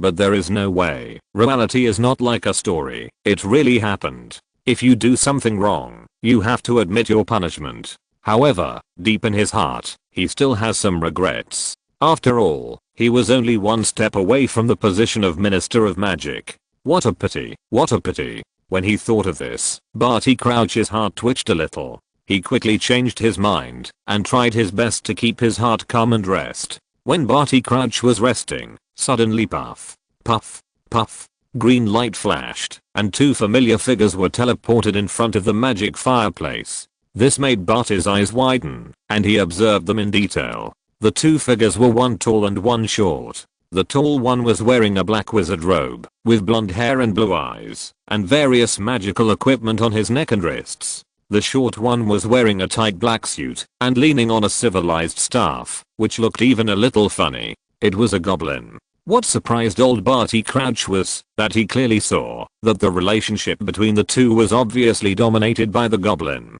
Old Barty couldn't help but feel a little surprised, nervous, and even drumming. As the director of the International Magic Exchange and Cooperation Department, for office needs, the magic fireplace in his office is specially made. In short, it can accept the flu network of other countries, and wizards from other countries can reach the UK directly through certain methods. Of course, this is used in emergencies, or to convey some very urgent messages. In such a scene, old Barty keenly realized that what happened next might be very serious. Otherwise, the goblin stood in front of the wizard and led the wizard. Such an incredible thing, he could actually see it? Director Barty, it's not good, it's not good. The American wizard Nam said in a slightly panicked tone. Grindelwald has invaded, and the Magic Congress is now in danger. At this point, Nam's tone was full of pleading. Look, when can we meet with Minister Fudge? Also, what should we do about Grindelwald's invasion? Can we ask Dumbledore to come and give us some advice? After all, he once expelled Grindelwald. The goblin on the side didn't have much expression on his face, just watching this scene coldly. The more intense the internal fighting among wizards, the better. For the goblins, this is good news. Of course, if Grindelwald doesn't attack them, that would naturally be the best. At this moment, after hearing what the American wizard Nam said, old Barty Crouch couldn't help but secretly smack his lips. He had heard the news that Grindelwald had reappeared in the wizarding world early on. But he never expected that the Magic Congress of the United States would be on the verge of collapse because of Grindelwald. It must be said that wizards with the title of the Dark Lord must never be underestimated. When thinking of the Dark Lord, old Barty's heart couldn't help but twitch a little. His unfortunate son. He shook his head slightly, glanced at the goblin next to him, and said in a deep voice, "Don't worry, I understand what you said. We need to know more about the situation on the scene now. Wizard Nam, please tell me, what is the current situation of the war in the American wizarding world? Which part has Grindelwald done?" When old Barty's voice fell, the goblin Cato next to him stepped forward and said immediately, "The Dark Lord Grindelwald has occupied Isle Vermorny and enslaved the students inside.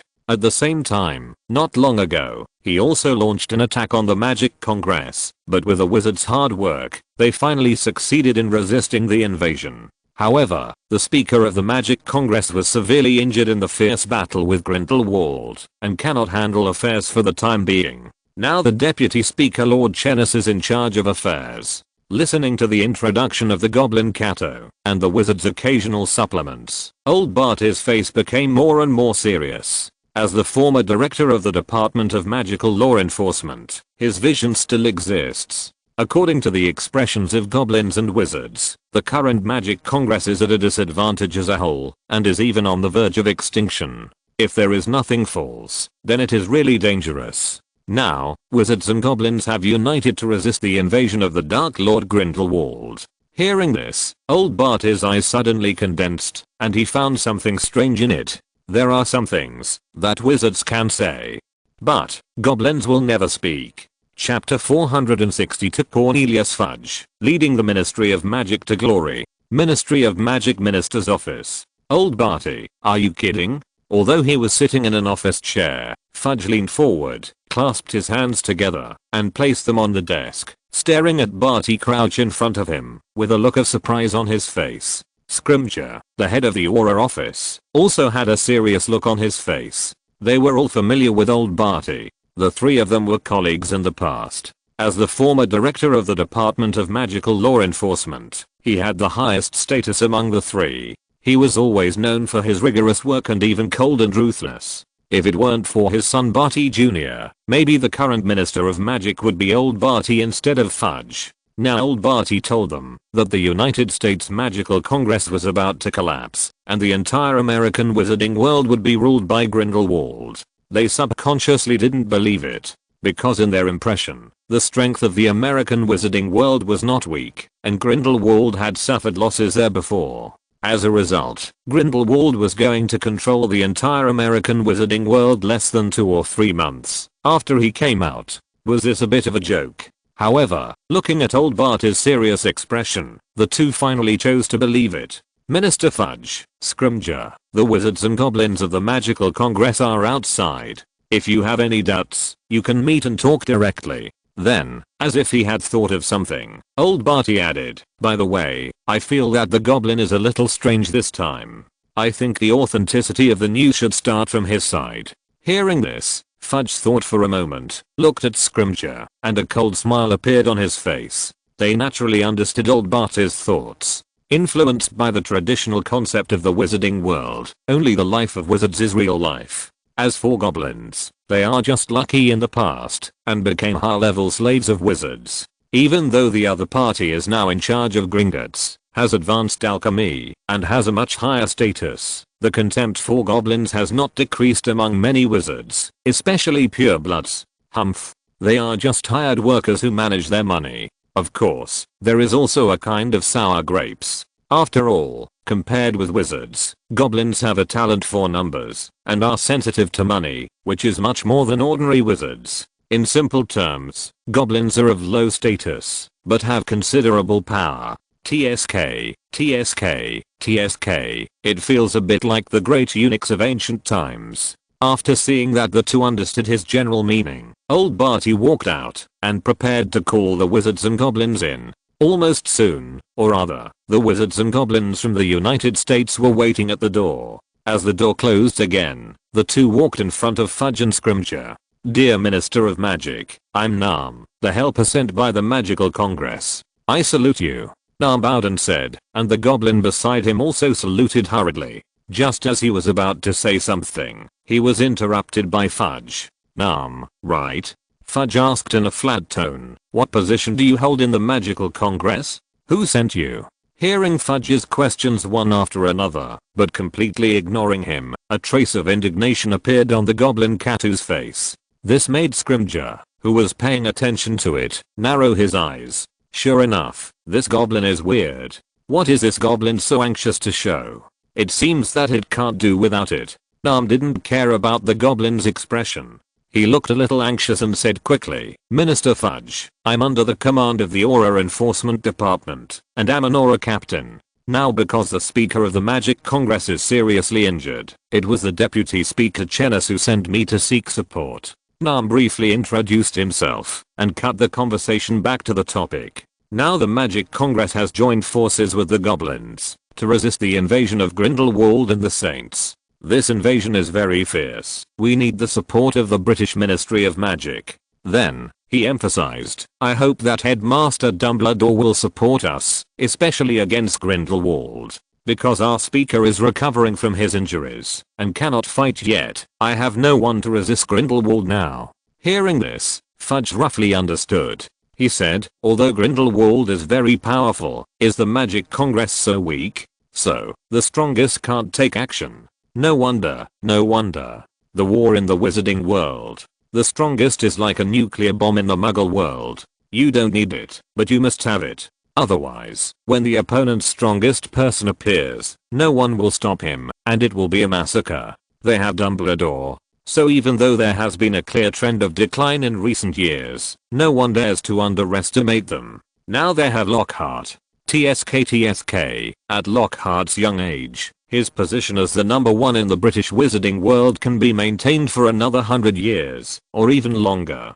Fudge understood whether the Magic Congress needs the support of their Ministry of Magic now. Instead, it needs top wizards like Dumbledore to delay time, so that their speaker can take the opportunity to recover. This is a good deal. It does not require the Ministry of Magic to spend much resources, and it can also allow Dumbledore to leave temporarily. Thinking of the dream seeds that are still slowly evolving, and in the embryonic stage, Fudge's heart is a little hot. He has not forgotten Dumbledore's previous performance of blocking him in person. If Dumbledore is gone, he can reap the remaining spiritual power of cities everywhere unscrupulously. Even Hogwarts is not impossible to try to enter. Then, thinking of this, Fudge looked at Nam with a much softer look. Dumbledore would definitely agree to this reason. That's Grindelwald. This is for world peace. Dumbledore, it's up to you. Yes, by the way, you can also legitimately ask the Magic Congress for a batch of resources. The evolution of the dream world is inseparable from a large amount of magical knowledge in magical materials. Fudge has already calculated how much the Ministry of Magic can move without being discovered. Now, the Magic Congress can also be fleeced. Cornelius Fudge, the Minister of Magic, wants to lead the Ministry of Magic to a more glorious future. Yes, all the sacrifices of the Ministry of Magic are for a longer glory in the future. Grindelwald once ravaged the entire wizarding world. He is the enemy of all wizards. Now, our former ally, the Magic Congress, is in trouble. I will advise Dumbledore to take action, and I will also send auras to support the Magic Congress. Resist the invasion of the Dark Lord, Grindelwald. Cornelius Fudge said passionately, causing Scrimgeour and Old Barty to look at him sideways. This didn't seem to match the minister's style, they knew. Fudge couldn't even hide from this kind of thing, so why did he take the initiative to get involved? On the other side, Nam was excited and bowed to thank everyone. Thank you, Minister. Thank you, British Ministry of Magic. Thank you for your support. We, the Magical Congress, will never forget your support. Chapter 463, The American Wizarding Bank Association and Gringotts. Thank you, Chief Crouch. Thank you, Director Scrimgeour. Thank you, Minister Fudge. Seeing that his mission was completed so smoothly, Nam was also very excited, and he bowed to the three big men of the British Ministry of Magic. As the captain of the Aura team, he didn't know how many friends and comrades died in this sudden war, and he had also been in danger. If it weren't for his good luck, he didn't dare to say that he could still come to Britain alive. Therefore, his hatred for Grindelwald was particularly strong. He wanted to eat his flesh, drink his blood, tear his bones, and destroy his soul. Don't worry, Nam. In front of the Dark Lord, all wizards are one. Estimated smiled kindly on his face and comforted him again. Then, he gave old Barty Crouch a look and then said again, then you go back and rest first. Director Scrimgeour and I will discuss the specific support matters first. Then, old Barty, who received the hint, went straight forward and pulled Nam out of the room. Nam didn't react a little and followed old Barty out of the room the next time. The goblin Cantor was still standing in the room. He seemed to be forgotten, and no one usually greeted him. After Barty left with Nam, Fudge set his sights on Katu, and Scrimgeour, the director of the Aura office, was also watching him. Nam was a messenger sent by the Magical Congress of the United States for help.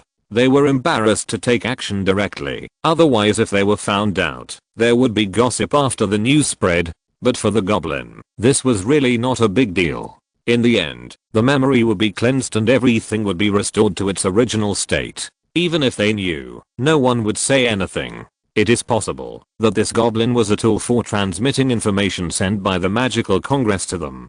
Just as Scrimgeour was about to catch the goblin Catu and interrogate him, he suddenly saw Cornelius Fudge wave his hand gently, and a faint blue fluorescence flashed from his sleeves. And these blue lights flew directly into the goblin Catu's body like butterflies. It was only 2 or 3 seconds, and the goblin Catu didn't even have time to react before he found that he had lost control of his body.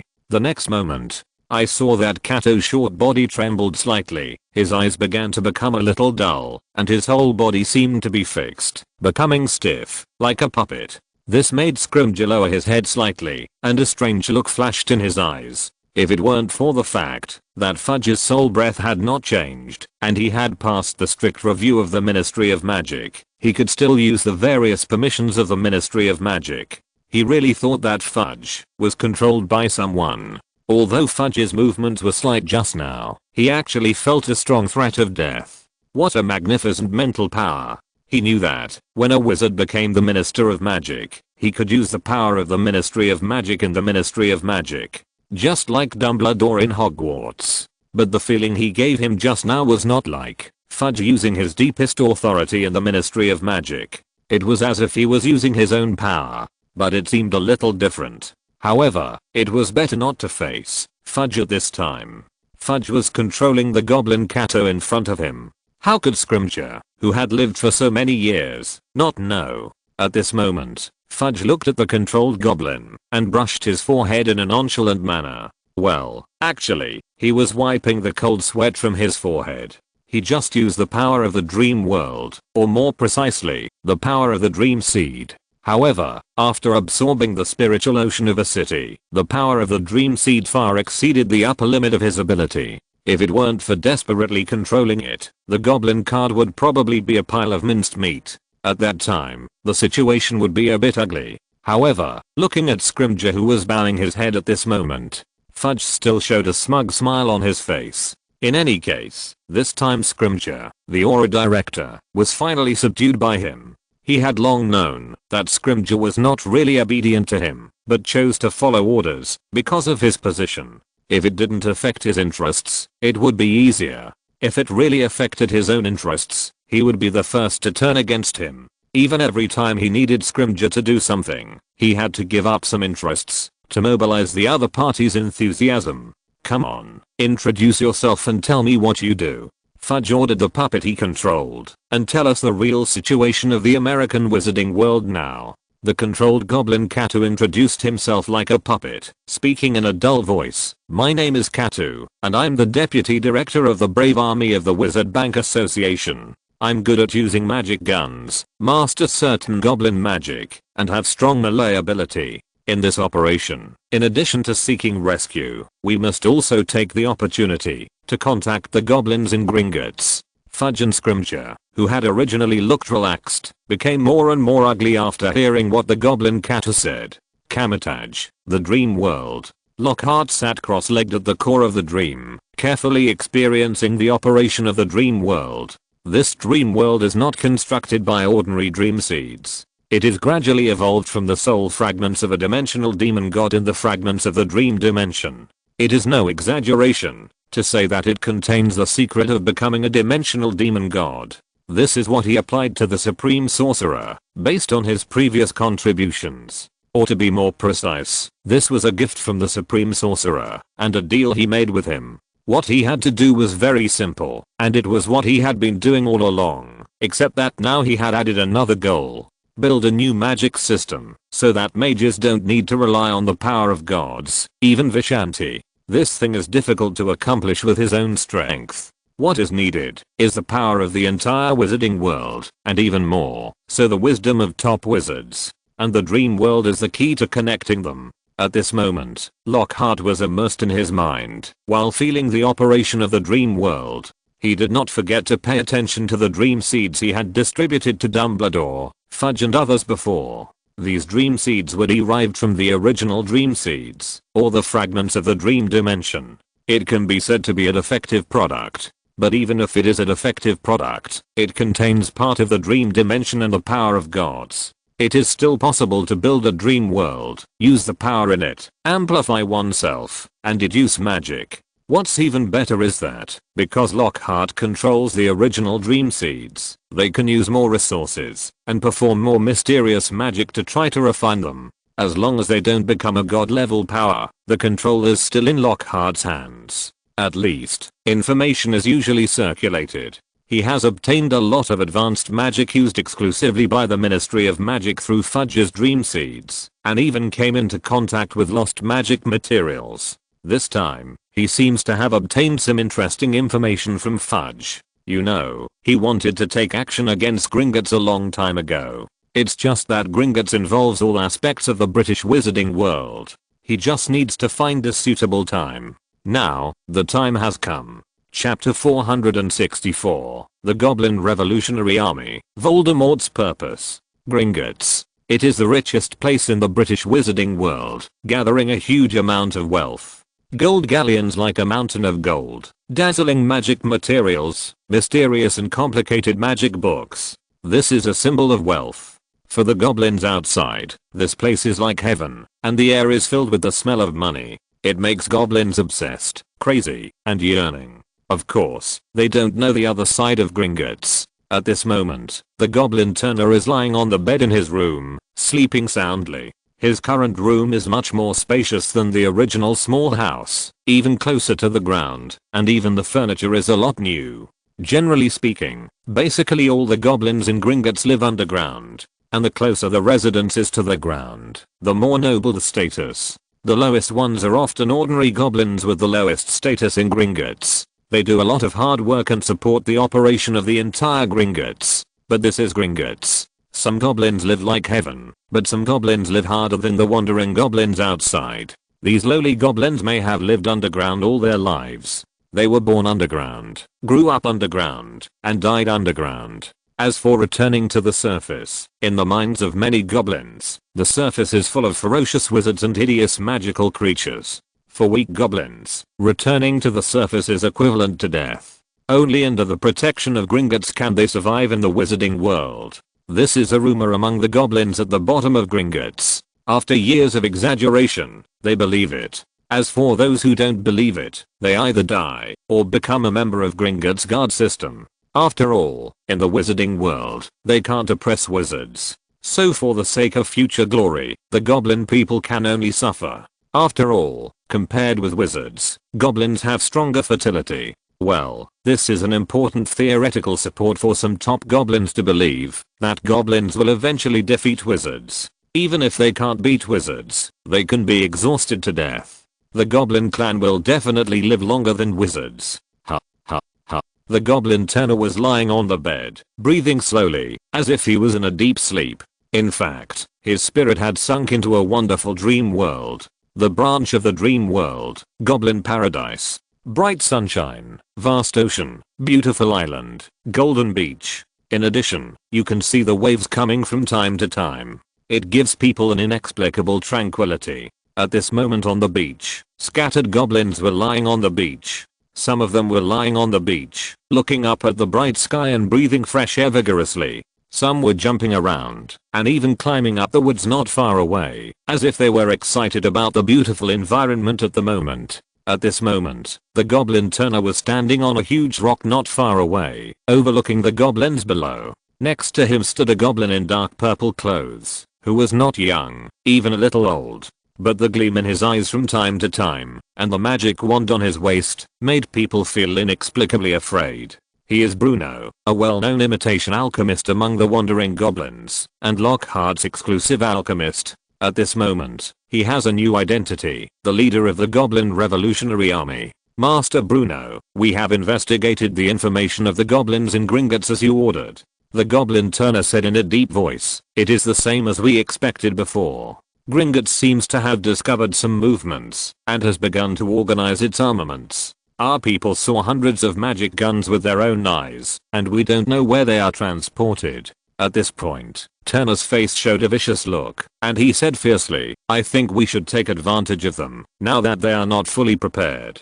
We should take the initiative. Our warriors have experienced countless firearms training in the dream world. As long as we get those magic guns, we can immediately form combat effectiveness. At this point, Turner's face showed a fanatical look. As long as we overthrow the dictatorship of the upper level goblins in Gringotts, we can let every goblin gain freedom and realize the great dream of equality among goblins. After seeing this, the goblin Bruno was secretly shocked by his master's methods, but his face remained calm. We already know about the actions of those upper level goblins, and they have nothing to do with our revolutionary army. It has something to do with the goblins in the United States. But this time, it's also a rare good opportunity. If you miss this time, it will be difficult to find another opportunity to involve the upper level goblins in the split. Turner was trembling with excitement when he heard this. He had seen with his own eyes before that a goblin in red clothes, who was sturdy, beat his companion to death. He woke up. The world treats goblins badly enough. Many of them live underground all their lives.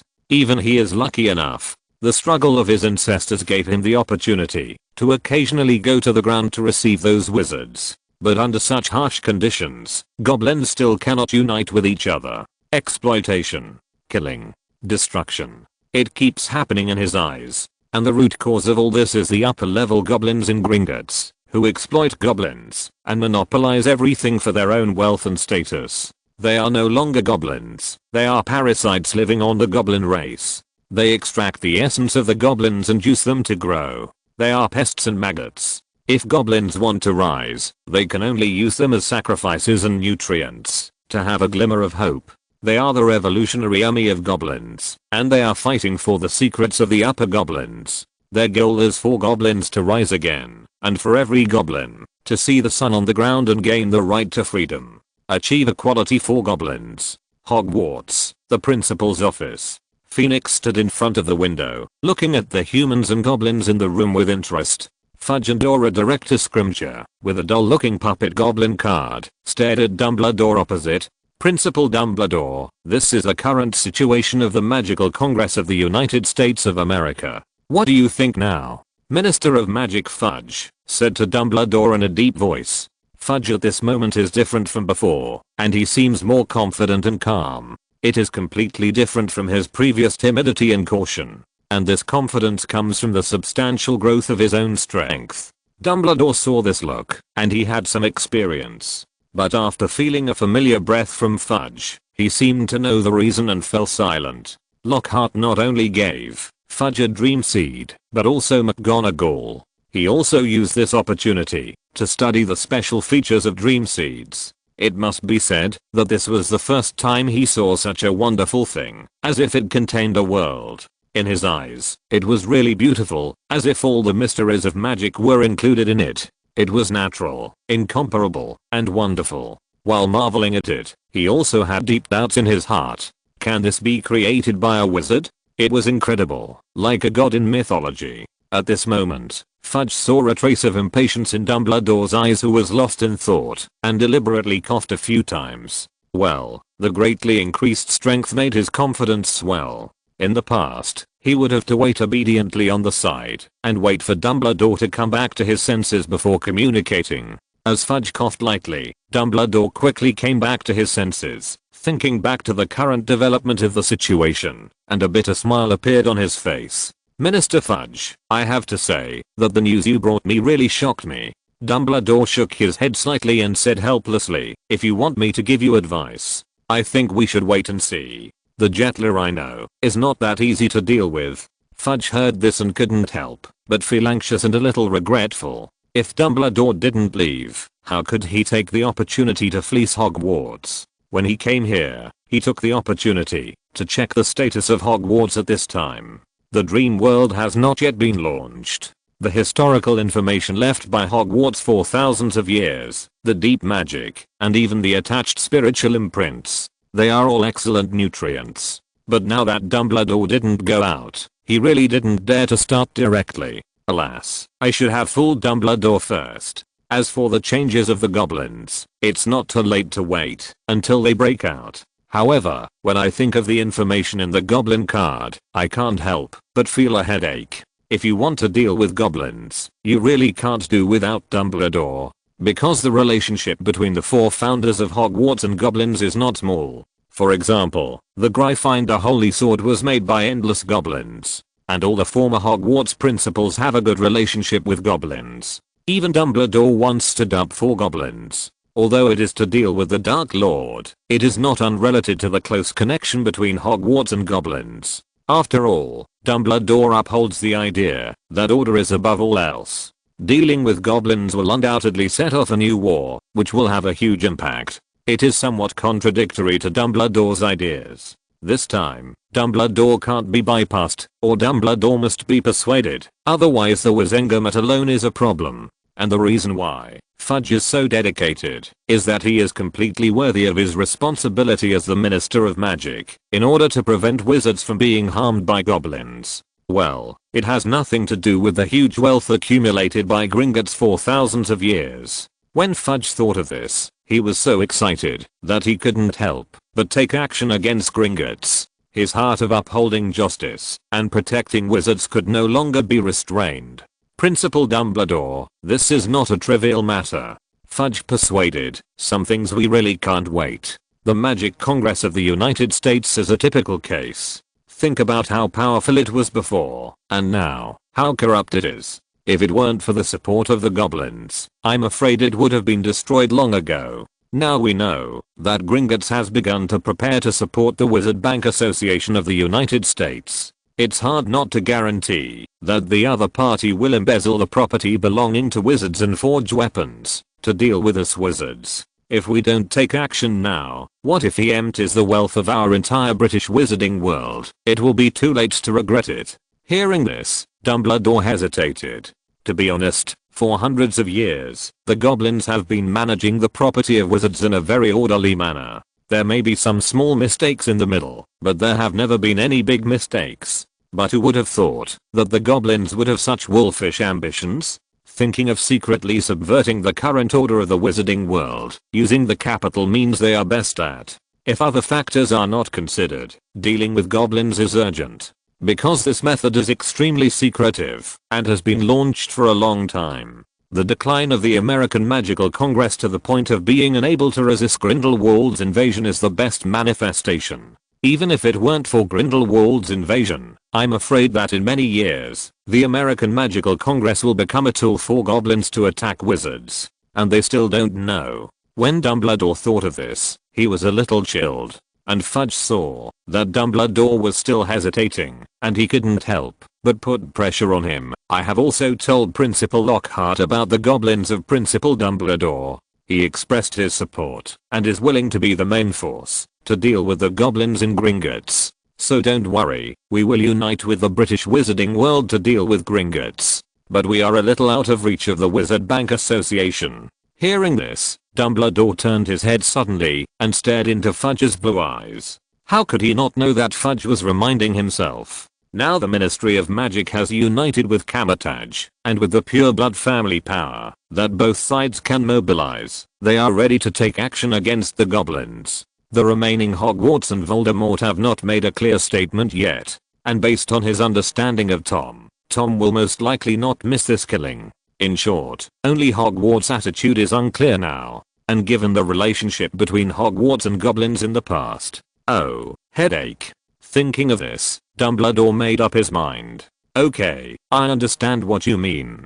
Let's go to the United States and find out the truth about the Wizard Bank Association. Since this dispute is inevitable, and the relationship between Hogwarts and the goblins, the best plan is to leave by yourself, and Hogwarts will remain neutral and not interfere. This is the best solution at present. When Fudge heard the answer he wanted, a hint of joy appeared on his face. He patted his chest and assured, "Don't worry, Headmaster Dumbledore, we will take care of the rear for you. You go to the United States to see the Magic Congress, the Wizard Bank Association, and the truth of Saint Grindelwald. After we have accurate information, we will discuss countermeasures together." At night, Malfoy Manor. Although it was night, the lights in the study were particularly bright. This seemed to be a habit that Tom had maintained since his resurrection. Maybe he was a little repulsed by the dark days in the Horcrux. Every night, he would cast a spell to keep it bright. And he especially liked spacious spaces. At this moment, Tom sat in his chair, clasped his hands together, and placed them on the table. His black pupils stared calmly at Voldemort with a pair of scowled eyes opposite him. I told you before that the current British wizarding world, with Dumbledore and Lockhart, is not suitable for us to grow. We need a new environment to realize our vision. Now I want a clear answer. Will you participate? At the same time, a world map appeared on the brown wooden table. In the upper left corner of the map, a light spot flashed differently. On it was a string of words. Durmstrang. Happy New Year to everyone. Chapter 465 Harmon, let the warriors suffer a little longer. Gringotts, War Preparation Office. The space of the War Preparation Office is very spacious, and all kinds of weapons are placed on cabinets. There are melee blades, magic guns, enchanted bullets, and even all chemical bombs. Some weapons look very ferocious, and just by looking at them, you can seem to feel the huge killing aura contained in them. Some seem very small, but they contain huge power inside.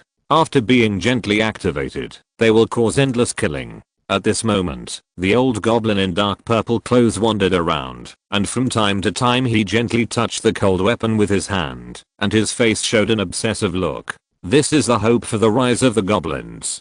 Kill back to the ground, seize a resource land rich in magic power, regain hegemony, and obtain the wealth that truly belongs to the goblins. Instead of just becoming a manager of wizard wealth now, every time a wizard comes, although he is polite on the surface, he can still clearly sense the disdain in his heart, even if he is one of the goblins' rulers. Thinking about it, he sighed slightly in his heart, and continued to patrol the goblins' largest war preparation office. The Wizard Bank Association has informed them of the changes in the United States through some channels. After seeing it, he could only sigh that the goblins in the United States had many disasters and bad luck, and there was nothing else to say.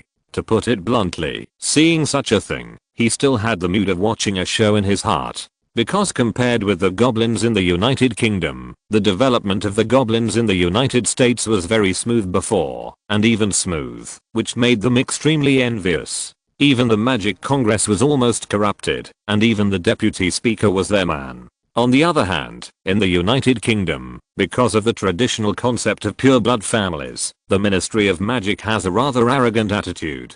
There is also a most important thing, that is the existence of Dumbledore. They dare not do anything against wizards under the eyes of this sharp-eyed white devil. 2 generations of Dark Lords fell under Dumbledore's hands. If Dumbledore really finds something wrong with them, I'm afraid. Elder Harmon, it's almost time. Behind him, followed closely by several guard goblins in red clothes, the leading goblin with a red hat stepped forward and said in a deep voice, "At this time, the goblin messenger from the Wizard Bank Association has arrived." Hearing this, the goblin Harmon nodded lightly and turned to leave. The goblin Kayla, who was a personal guard, followed closely behind.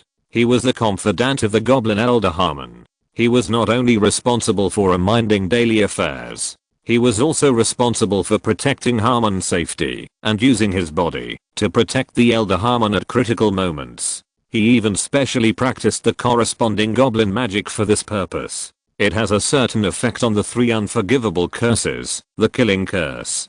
Trample, trample, trample. After taking a last look at the equipment warehouse with some nostalgia, Harmon turned and left, walking upstairs. Reception of guests is usually arranged on the ground. Things underground are not suitable for guests to know. Even if the other party is a goblin, this is Gringotts, their territory.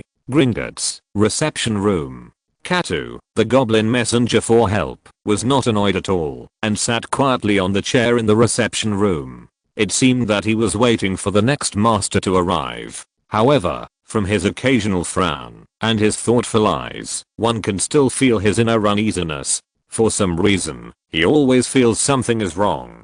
But looking back at every link from the United States to the United Kingdom, there is no problem. Could it be that he is anxious because he does not know the attitude of the goblins in Gringotts? Goblin Katu thought secretly in his heart. Then he twisted his buttocks uneasily and continued to close his eyes and wait. Well, I have to sigh here, Dumbledore's method is wonderful. After cleaning the memory, he can still insert the memory so smoothly that the other party can hardly detect any flaws. TSK. If Dumbledore wants to hint or influence someone to do something, it would be easy. When the Goblin Catu, whose memory was adjusted, was brought to Lockhart by Fudge for further examination, Lockhart commented like this. This is definitely not an eye drop, but an objective evaluation. It's just Fudge's overthinking.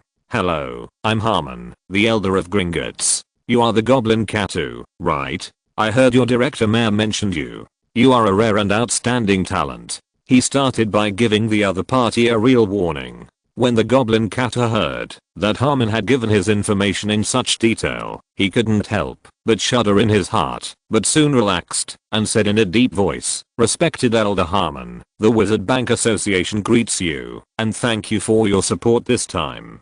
After hearing this, Harmon smiled, walked a few steps, and sat on the chair opposite.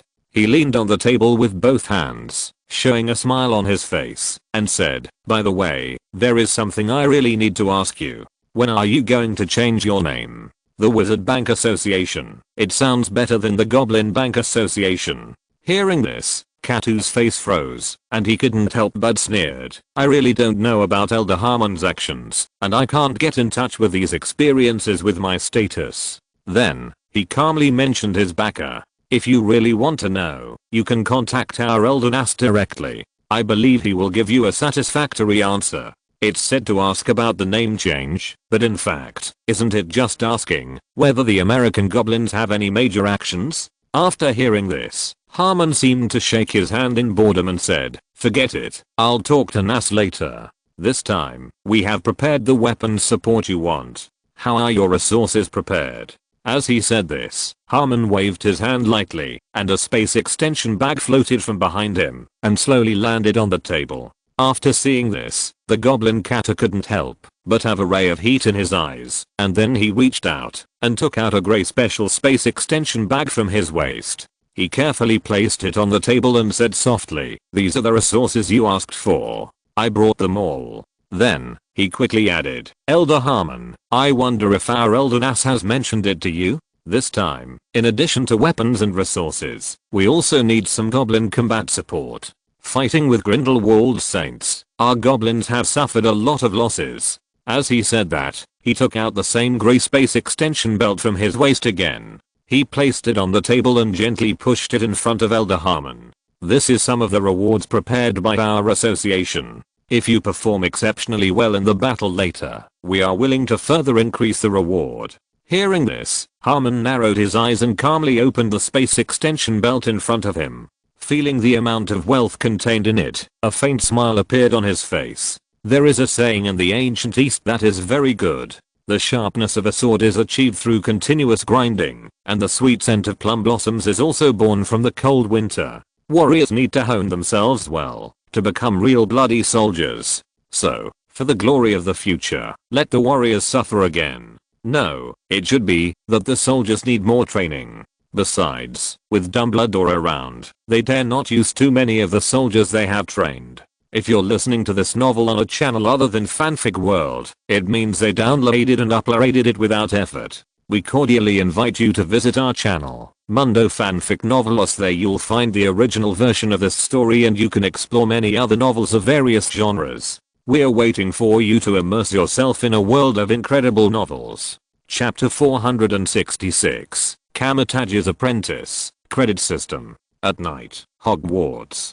Dumbledore stood on the top of Hogwarts Castle and looked up at the starry sky. Looking at the brilliant stars scattered on the night sky like gems, he was a little emotional. Tomorrow he will go to the United States to support the Magic Congress. It is called support, but in fact, it is to escape from the war that is about to come to the British wizarding world. With such a result, how could he say that he did not have some thoughts in his heart? He is the principal of Hogwarts and the chief wizard of the Wizengamot. However, when thinking of goblins, Dumbledore felt a headache. He thought that the appearance of two Toms would be more troublesome, but he did not expect to encounter a more troublesome one. Tom is still an internal struggle of wizards. and goblins have already involved racial wars. Logically speaking, his best choice is to join in and suppress goblins. But let him start a large-scale killing. Let him bring the Order of the Phoenix and even Hogwarts into this vortex. Sorry, he really can't do it. If he really does this, I'm afraid he won't even recognize himself. Dumbledore thought silently in his heart. Afterwards, he simply stopped thinking about it and went out peacefully to meet the American goblins in the Magic Congress and then talk to Gellert. When he returned, everything would return to normal. He didn't have to worry about any troubles. After all, he was old, and the more he interfered, the less gratitude he would get from the young people. On the contrary, he would only be more afraid. Dumbledore, who had lived for hundreds of years, was clear-headed and sharp-eyed.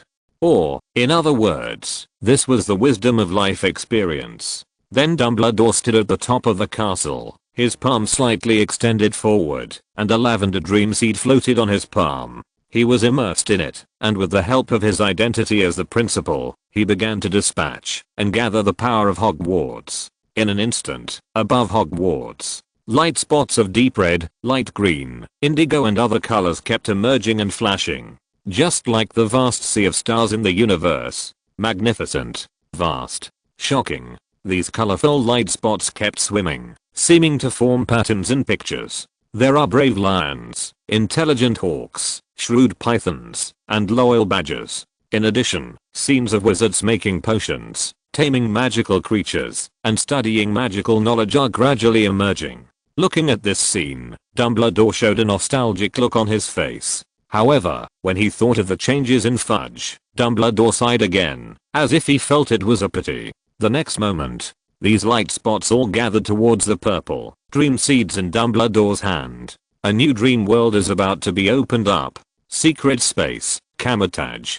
To the east of the secret space are large tracts of woods. When you are here, you can clearly hear the birds singing and the sound of animals running and rubbing against the grass. To the west is the vast ocean, where you can see seagulls flying and dolphins flying from time to time. If you are lucky, you can even see the largest whales. In the north, south and other directions, there are mountains, lakes, and grasslands. All kinds of landforms in the world are shown in the secret space. When we zoom in, we will find a large area of various buildings, which are located in the center of the entire secret space. There are tall castles, ancient palaces, and even the bamboo forest tea houses in the east, the pyramids of Egypt, etc. It seems that the buildings are complex in style, but when you really step into it, you will find that they are integrated and even reveal a certain strange beauty. This is Kamar-Taj, which was carefully designed by Lockhart and hundreds of designers. The magic school that recruited 2,000 students for the first time. No, it is more appropriate to call it a magic organization. At this moment, in a castle hall near the east, the wizard apprentice Daniel Fox was chatting with a friend who had just known each other for a while. "John, how many magics do you have now? Do you want to do the task together and exchange more credits?" A young wizard invited. "The task should wait for a while. I want to master the magic of the disarming spell before going out." The wizard apprentice named John shook his head and refused. "It's okay, Fox. Do you want to go with me?" The young wizard turned to invite Daniel Fox, who was standing beside him. "There are a lot of credits awarded this time. If you save them up, you may be promoted to a second-class wizard apprentice." Daniel Fox was a little moved when he heard this. The magic teaching in Kamar-Taj is completely different from the school he understood. He originally thought that there would be special teachers responsible for teaching them how to learn magic and research. But in fact, with the existence of the dream world and the spirit of the dream, general teaching tasks do not require real wizard professors to teach. They only need to spend a few credits to repeatedly enter the corresponding dream school to learn magic. If they perform well enough, or are willing to pay enough credits, they can also ask special magic wizard professors to answer questions and solve doubts. Yes, in Kamar-Taj, credits are the universal currency. With credits, you can buy various services in Kamar-Taj, and even if you want to invite Principal Lockhart to guide you personally, there is no problem. Insisting on credits first is an important magic weapon for Lockhart to ensure fairness. As for how to get credits, every time you study and every dream challenge, as long as you make progress, you can get a certain amount of credits. Of course, completing the tasks assigned by the Kamar-Taj Mission Center can also get credits. In addition, in order to mobilize the enthusiasm of students and make the competition obvious, Lockhart set up a simple hierarchy. The apprenticeship stage is divided into 3 levels. The first level is the highest and the third level is the lowest. There are obvious differences in the credits that can be received each month, as well as accommodation and other treatments for wizard apprentices of each level. Everything is to ensure that this group of wizard students are positive and work hard to study. The future of Kamar-Taj needs more wizards to support and develop. When you reach the first level wizard apprentice stage, the rest is to take the formal wizard trial. In short, it is a one-on-one battle with an aura wizard with certain combat experience. If you pass it, it means that you have formed a mature combat force. When you reach this stage, the other side of Kamar-Taj will gradually be revealed to the other party. Kamar-Taj is not a pure wizard school. It has a complete training system, combat, review, resource allocation and other systems. It is not an exaggeration to say that it is a military organization. At this moment, suddenly, a noisy discussion sounded in the hall, attracting the attention of Fox and others. Important news. Seniorian, a risk-free, high-reward, but time-consuming task is released, requiring more than 20 wizards to participate. During the period, consultation on certain magic issues is allowed.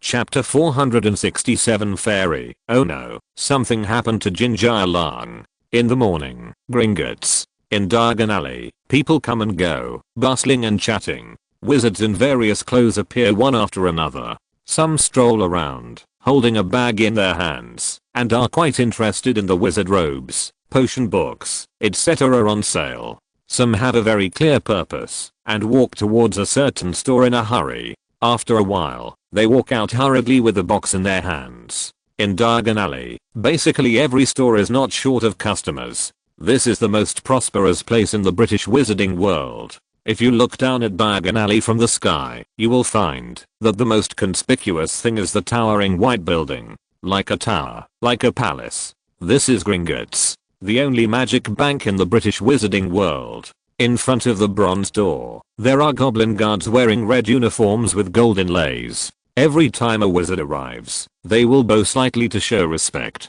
and there is only a silver door behind them. There was a string of words engraved on the door. Come in, stranger, but be careful. What will happen if you are greedy? If you just ask for something without working, you will be punished most severely. So if you want to take away a fortune that never belonged to you from our underground vault, thieves, you have been warned. Be careful not to bring treasure, but bad retribution. Scarlet blood-like fonts were engraved on the silver door. It seemed to be a warning. At this moment, the goblin guards standing in front of the door were short and had some nervousness on their faces, but more of them were alert. Because opposite the door stood a pair of wizards. Uniform yellow clothes, neat and uniform cues, cold and serious faces.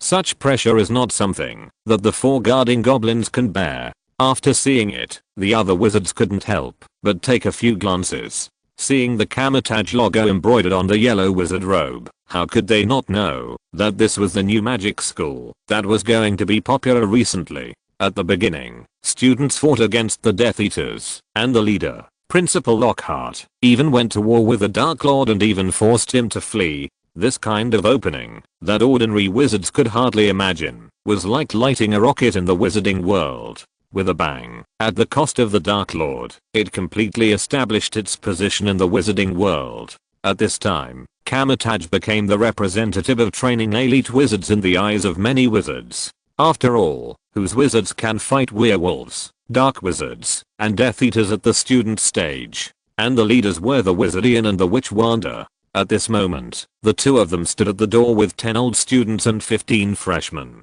They did not go in, but just waited quietly. When the guard goblin saw this scene, he quickly sent a goblin to run to the hall inside and told the goblin supervisor what was happening at the moment. After a while, a goblin dressed like a black suit trotted out. You heard him wipe the sweat from his forehead and said to the leader Ian with an apology, sorry, I kept you waiting for so long. Principal Lockhart has already sent a message to Gringotts. At this point, the goblin supervisor Stout said regretfully, "Are you really not considering staying in Gringotts? Gringotts is one of the safest places in the wizarding world. The vaults of Hogwarts are all in Gringotts. We can definitely keep the assets of Kamar-Taj." After hearing this, Ian shook his head slightly and said in a very firm tone, "Sorry, this is an order from our principal. We need to count all the items that were previously stored in Gringotts and bring them back to Kamar-Taj."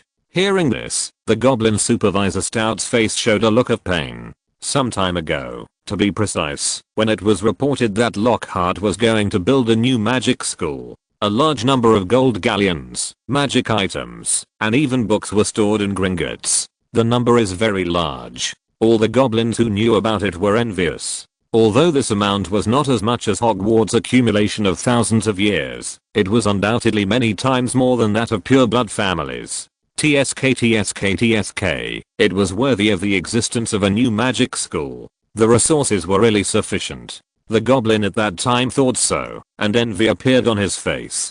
But when he thought that they could charge a certain fee in proportion every year as storage fees, the envy in his heart was relieved a little. However, when they received the news from Lockhart again and took away all the items, the feeling of the cooked duck flying away made them heartbroken. The most important thing was that they wanted to do a good job in Lockhart's business at that time. But they said that the first half of the year would be free and no storage fee would be charged. In this way, they did not make any profit at all, and they protected Lockhart's property for several months in vain. It was really a loss. When he thought of this, the goblin Stout regretted it a little. He should have made a good profit at the beginning. Regret it.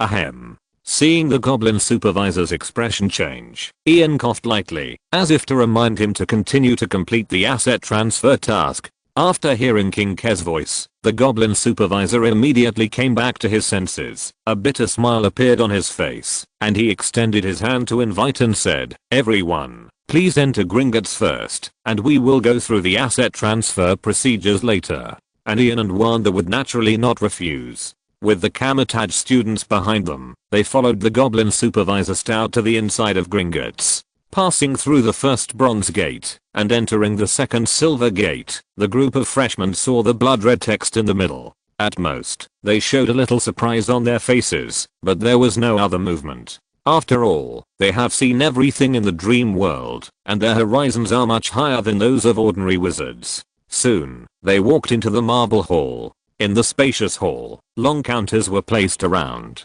Hundreds of goblins sat behind the long counters. Some of them kept writing and drawing on the account books, and some were constantly receiving wizards in line. It seemed very busy. After a brief scan of the hall, the goblin supervisor Stott found an empty counter. He took Ian and other wizards over. Then he looked for an operation.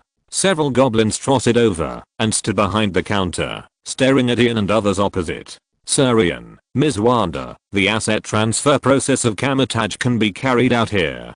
Taking advantage of the casual chat just now, the goblin supervisor Stott successfully obtained the name of the leader this time. "Ruda, this is a customer from Kamar-Taj. You must be serious and rigorous in the asset transfer ceremony." After a simple introduction to Ian and others, Stott said seriously to Ruda and other goblins at the counter, "Understood, Supervisor. I will complete the task smoothly." Ruda and other goblins patted their chests and agreed. Isn't it just an asset transfer? At most, the quantity is larger and needs further verification. But this is just a little more workload, no problem. At this moment, suddenly, a goblin in yellow clothes hurriedly ran to the goblin supervisor and whispered in his ear, "Oh no, boss, something terrible has happened. Something terrible has happened.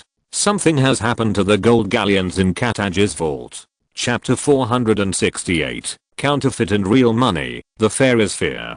Dizziness. The sky was spinning, the sound was distorted. This was the first time that the Fairy Stout had experienced such a natural disaster. Something had happened to the gold galleons. How could it be possible? That was hundreds of thousands of gold galleons. After taking a look at Ian, who was not far away, the goblin hurriedly asked in a low and hurried voice, "What's going on? What's the problem?" At this time, the goblin who came to report the news seemed to know the seriousness of the matter and said very quickly, "The appraisal request just now found that a large number of gold galleons had problems when inspecting Kamar-Taj's assets. It seems that they were forged." Hearing this, the goblin stout was slightly stunned, and a possibility emerged in his mind. He hurriedly asked, "Is it only the Kamar-Taj vault that has problems? Are there problems with the nearby vaults? Also, call the goblin who inspected the Kamar-Taj vault last time and ask him how the inspection went at that time."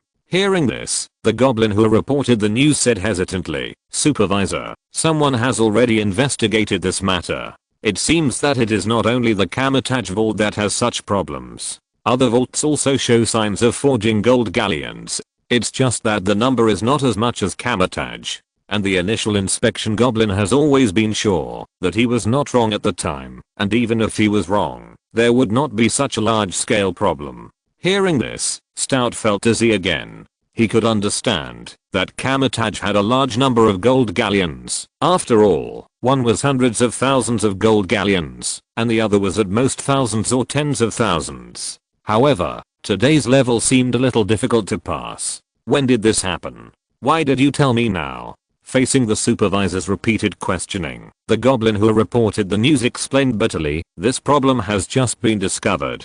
The goblin who appraised said that the level of this batch of counterfeit gold galleons is very high. If it weren't for the fact that the number this time was as high as 300,000, it would require 30 goblins to jointly review it. If we are not careful, it is very likely that this time it will be overlooked. Hearing this, the goblin stout couldn't help swallowing his saliva. Then, the goblin who reported the news further added, or reminded, "And, supervisor, we have only discovered this problem now. What worries us more is that the wizarding world doesn't know how many counterfeit coins have now flowed out through Gringotts." Hearing this, the goblin supervisor stout closed his eyes, as if thinking about the consequences of this. The more he thought about it, the more nervous he became, and the more he thought about it, the more he trembled all over. First of all, the appearance of counterfeit money itself is a problem with great potential risks. Let's not talk about whether it will affect the economy of the wizarding world.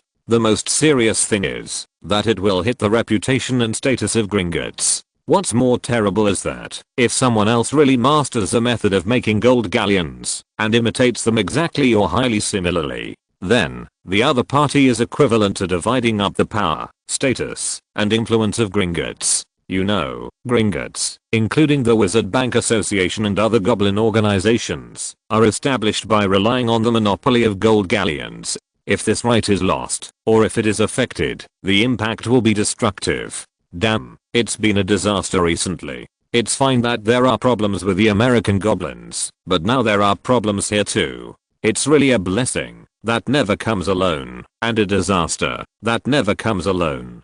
The goblin stout's inner distraction seemed to be ignited, rising from the depths of his heart, and then sinking. With many years of supervisor experience, he walked with a smile on his face, stepped forward and began to explain. At the same time, he whispered to the person at the counter, "There is an unexpected situation now. Don't mention gold galleons. Check the potions, magic items, etc. first." The goblins at the counter were stunned for a moment, then nodded to show their understanding, and then said to Ian and others, "According to Gringotts' asset transfer process, currently, in the vault opened by Kamar-Taj, there are currently 145 magic books, 1,573 bottles of potions, and 378 magic weapons." Listening to the goblin at the counter holding the document and introducing it word by word, even Ian was shocked by the wealth of his mentor. No, now he should be called the principal. Then, according to the process, other goblins ran into the underground vault and began to take out all the other magic items in the vault. Finally, they were placed on the counter for Ian and others to check. Ian naturally would not miss this opportunity and called several freshmen to his presence and then took the opportunity to guide them to check. Among them was Daniel Fox. This was their first time entering Diagon Alley, the first time they met other wizards and goblins, and the first time they stepped into Gringotts. Everything made them feel very novel. When Kamar-Taj heard that Ian, one of the 4 direct disciples of the principal, called them, he hurried forward and followed his instructions. To be honest, he felt that this kind of task was not a battle, and any wizard could come. The reward credits this time were quite a lot. He had to be puzzled, as if their efforts and gains did not match. But until now, he just thought that this was a reward-like task at most, and he really didn't think of anything else. As time passed by, several goblins who reported the news walked to Stout one after another, whispering in his ear to explain the current situation. Stout, who learned the current result, began to become hurried, pacing back and forth in a hurry, and cold sweat continued to emerge on his forehead. Not only did he not find any clues, instead, he found that the scope of counterfeiting gold galleons was getting larger and larger, and the amount involved was also getting larger and larger. It has reached 500,000, which is nearly 1/20 of the size of the British wizarding world. What does this mean? If these 500,000 counterfeit coins flow into the wizarding world through Gringotts, then it can really be said that it is hard to tell the real from the fake. At that time, even counterfeit money will become real money. Those who print counterfeit money behind the scenes will be more unscrupulous in making it, and all negative consequences will be borne by Gringotts. Like inflation, soaring prices are trivial. What's more troublesome is that the right to speak on currency is probably going to disappear a lot. The troubles in the future will only increase, and even endless. When I thought of this, cold sweat broke out on my forehead again. What are the guard goblins doing? Such a big change has happened, and they have only discovered it now. Fortunately, most of the counterfeit money is still in the vault. If it really flows into the wizarding world through Gringotts, it will be difficult for them not to admit that the counterfeit money is gold galleons. At this time, Ian and Wanda have already counted all the magic items and books for the students. Then, Ian walked to the goblin supervisor Stott and asked in a deep voice, "Next, there are 300,000 gold galleons." Principal Lockhart specifically reminded me, all these must be taken back to Kamar-Taj. They have important uses. Chapter 469, Gringotts Crisis. 300,000 gold galleons. This is undoubtedly a huge sum of money. After all other things have been counted, only this huge sum of money is missing.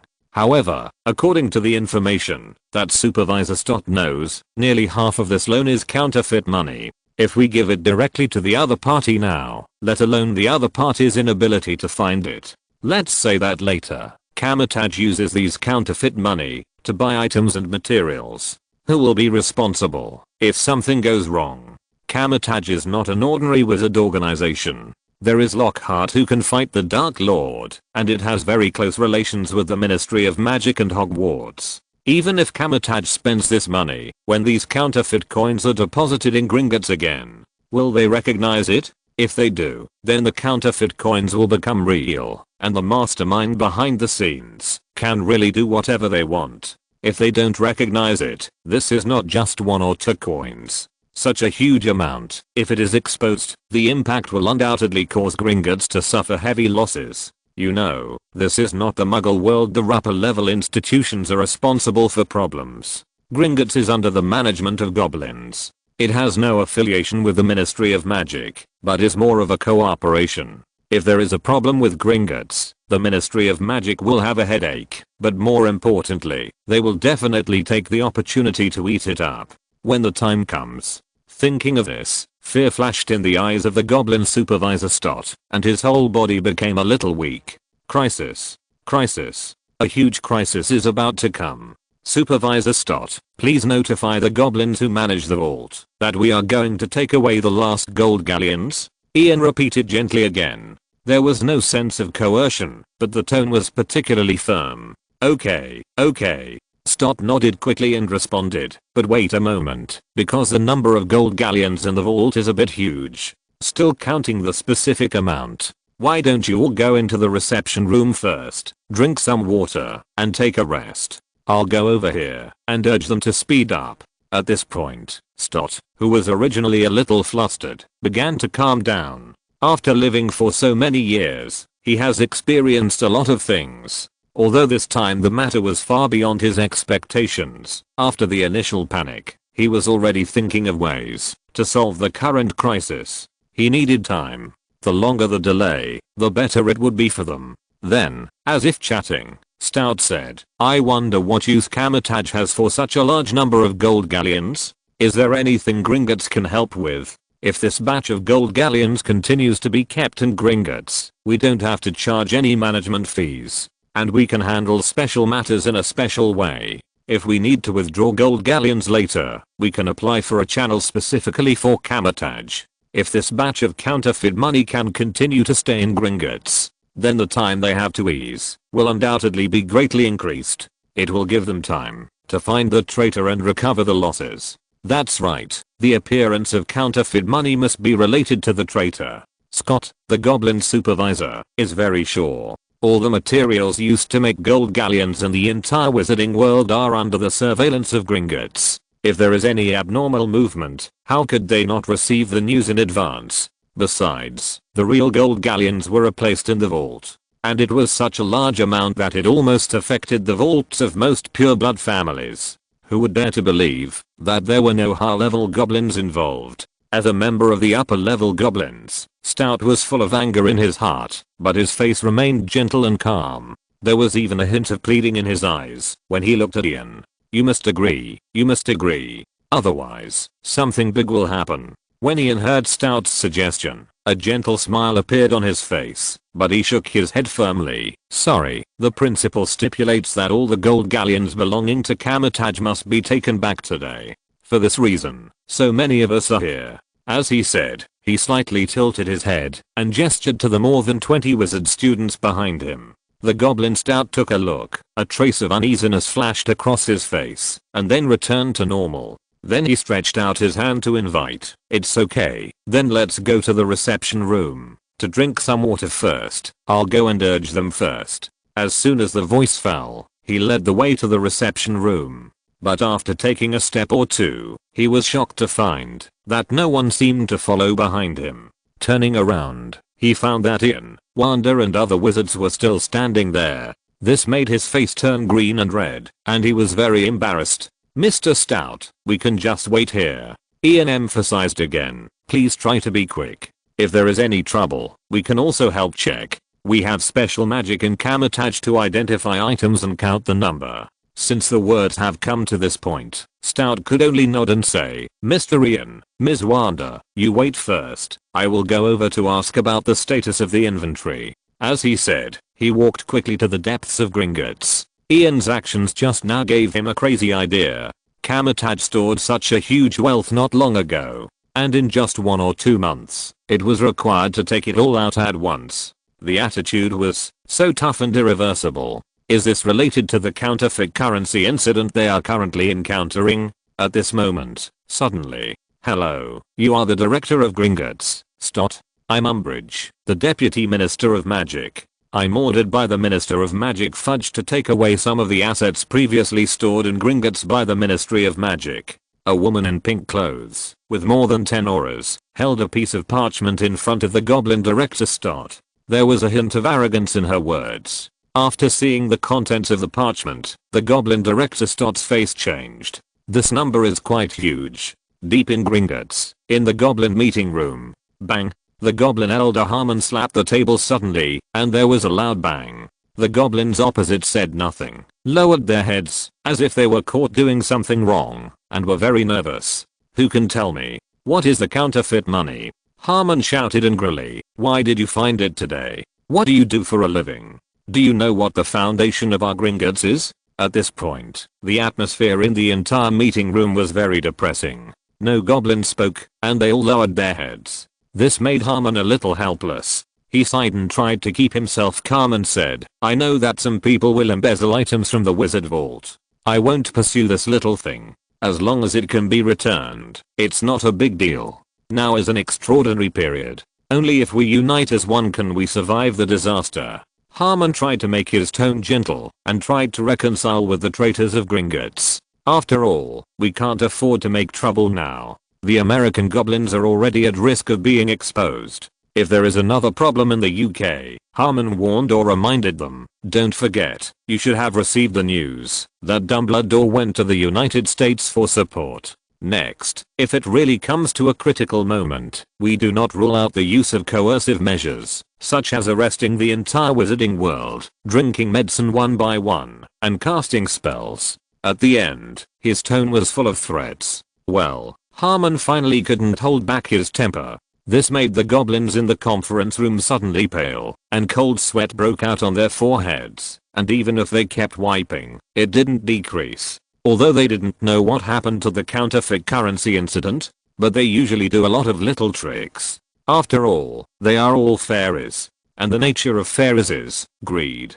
Chapter 471. I just like to stir up trouble. Stout, you have read the transfer order from the Ministry of Magic. Umbridge's somewhat arrogant voice sounded again, as if facing a servant, and said in a domineering manner, hurry up and count. The Ministry of Magic has urgent needs. Although she was a little puzzled about the minister's decision to take the items stored in Gringotts back to the Ministry of Magic. But since this order has been issued, and she has received the transfer order, let's do it. Well, in fact, when Fudge knew that there was a problem with the goblins, he immediately thought of taking all his family's property from Gringotts. Otherwise, if the two really went to war, then his property would most likely be assisted by the enemy, and it would really become a bubble, and he would not be able to find it back, even if he looked for it. However, Scrimgeour advised him not to act so obviously, and he was a little helpless, but did not refuse. After all, if there was a problem, it would involve Hogwarts,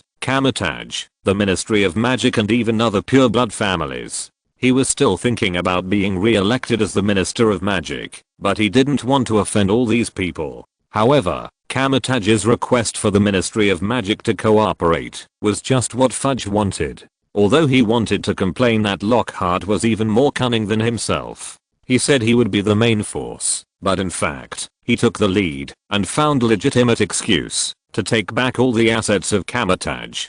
Fortunately, the Ministry of Magic was also called, so he could take the opportunity to take back some of the family property. At this moment, Director Stout heard Umbridge's words and saw the huge amount on the parchment and suddenly felt dizzy again. What happened today? Why did Kamar-Taj and the Ministry of Magic want to take back all the property? Did they find something? Thinking about it, he didn't care about Umbridge's disgusting arrogant tone, but went straight forward and asked with a hint of pleading, Miss Umbridge, what happened? Why didn't you write a letter in advance to explain the withdrawal of such a large amount of property? Does the Ministry of Magic want to terminate its cooperation with Gringotts? Then how will the salaries of employees of the Ministry of Magic be paid in the future, including the purchase of items, without having to go through Gringotts? As the only bank in the wizarding world, Gringotts' role is not just to store gold galleons and magic items. They have cooperation with the Ministry of Magic, Hogwarts and other pureblood families. There are salary payments, payment of goods, and even cross-border transfers. Of course, loans have basically never appeared in the open due to some restrictions, but they are not absent occasionally. And now, these actions of the Ministry of Magic are naked preparations to interrupt cooperation. The Ministry of Magic is not Kamar-Taj, which has only been established for less than 2 or 3 months. The Ministry of Magic has cooperated with Gringotts for hundreds of years. There is no doubt that it is a huge customer. If this customer is missing, the consequences will be unimaginable. Not to mention the huge amount of counterfeit money in the Ministry of Magic's vault. When Umbridge saw the pleading expression of the goblin supervisor Stott, her face once again showed that disgusting fake smile. You think too much, Stott. The cooperation between the Ministry of Magic and Gringotts will of course continue. But we are facing some urgent reasons now, and need to mobilize all resources. Well, Minister Fudge also needs to know the financial situation of the Ministry of Magic, and prepare to select some suitable resources, to make the dream world thrive. He is the Minister of Magic, and everything is for the Ministry of Magic. Stout's expression eased a little when he heard this, but he still couldn't help showing his anxiety. But if we take everything out of Gringotts, how can we start cooperation? What can we use to pay the monthly salary to the employees of the Ministry of Magic? Hearing Stout's tone, WLMQ showed that fake smile again, and said soothingly, don't worry, the minister's main order at present is to bring all magic items back to the Ministry of Magic. 80% of the gold galleons need to be taken away, and the remaining 20% is enough for the subsequent salary expenditure, bonuses, etc. If it's not enough later, we will deposit another batch of gold galleons in Gringotts. Stout looked at Umbridge, the fake smile that made people want to punch her, took a deep breath, and tried to calm himself down. Then he stretched out his hand to invite Umbridge to the corner. He reached out and took out a white space extension bag, which fell silently into Umbridge's hand, and then asked inquiringly, "Miss Umbridge, what happened? Today, Kamar-Taj will also mobilize all its assets, and the Ministry of Magic will also do the same." After taking the space extension bag, Umbridge opened it slightly, looking at the hundreds of gold galleons inside, with a satisfied smile on her face. Recalling what the minister had said before, she whispered, "I shouldn't have said this, but in view of the cooperative relationship between Gringotts and the Ministry of Magic, I still want to remind you.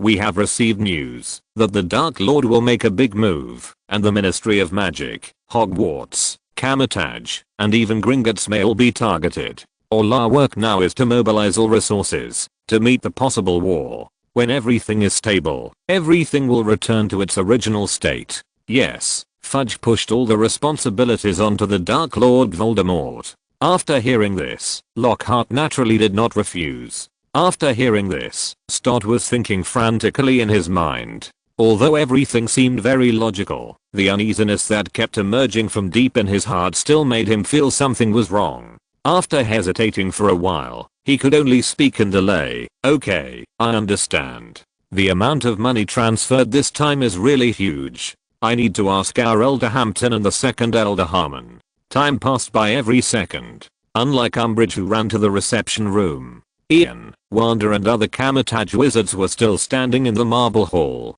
Every wizard who entered Gringotts couldn't help but take a few glances. Looking at the neat and uniform wizards who looked like elites, I couldn't help but sigh at the training level of Kamar-Taj. Even if they were freshmen, they only had 1 or 2 months, and they looked like auras who had been trained for many years. It's worthy of Kamar-Taj. It's worthy of Lockhart. At this moment, Wanda, the leader, stood for a while, feeling a little sore in her legs, so she walked to Ian and asked in a low voice, "Ian, when will we start the next plan?" At this point, Wanda's words revealed a hint of excitement. She had known for a long time that this mission was mainly to stir up trouble. For a girl of her age, stirring up trouble was full of unspeakable temptations for her. Even this time, she snatched it from Remy. Ian glanced at the time, looked at the excited Wanda, and said calmly, "It's time to start." He was different from Wanda. He was the leader, and knew the key to this mission.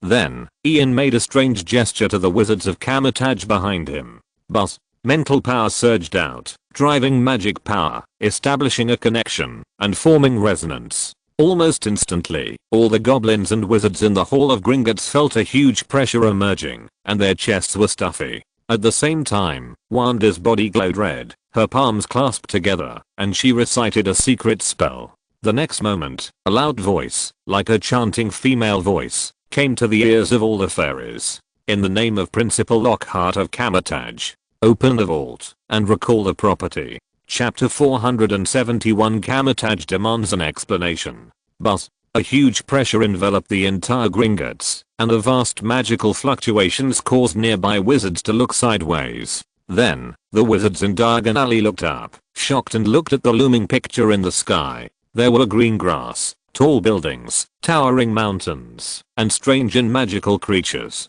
The projection of the dream world. Fudge, who was not far away, saw this scene, and an idea emerged in his heart. Then there was shock, fear, and then it quickly changed to heat. This is the power of the dream world. Although the one in his hand is still in its infancy, it may be like Kamar-Taj in the future. Then, a clear look of regret appeared on his face. "I went to Hogwarts when Dumbledore left before, and found that the original mental imprint and the mental ocean of the little wizards had all disappeared. It can be seen at a glance that Dumbledore or McGonagall has already started using the dream seed given to Hogwarts. Now, another new wizard has mastered the dream world, a powerful strategic weapon. Yes, in Fudge's eyes, the dream world is very similar to the strategic weapon called nuclear bomb in the Muggle world. The existence of the dream world will improve the combat power and organizational strength of any wizard organization.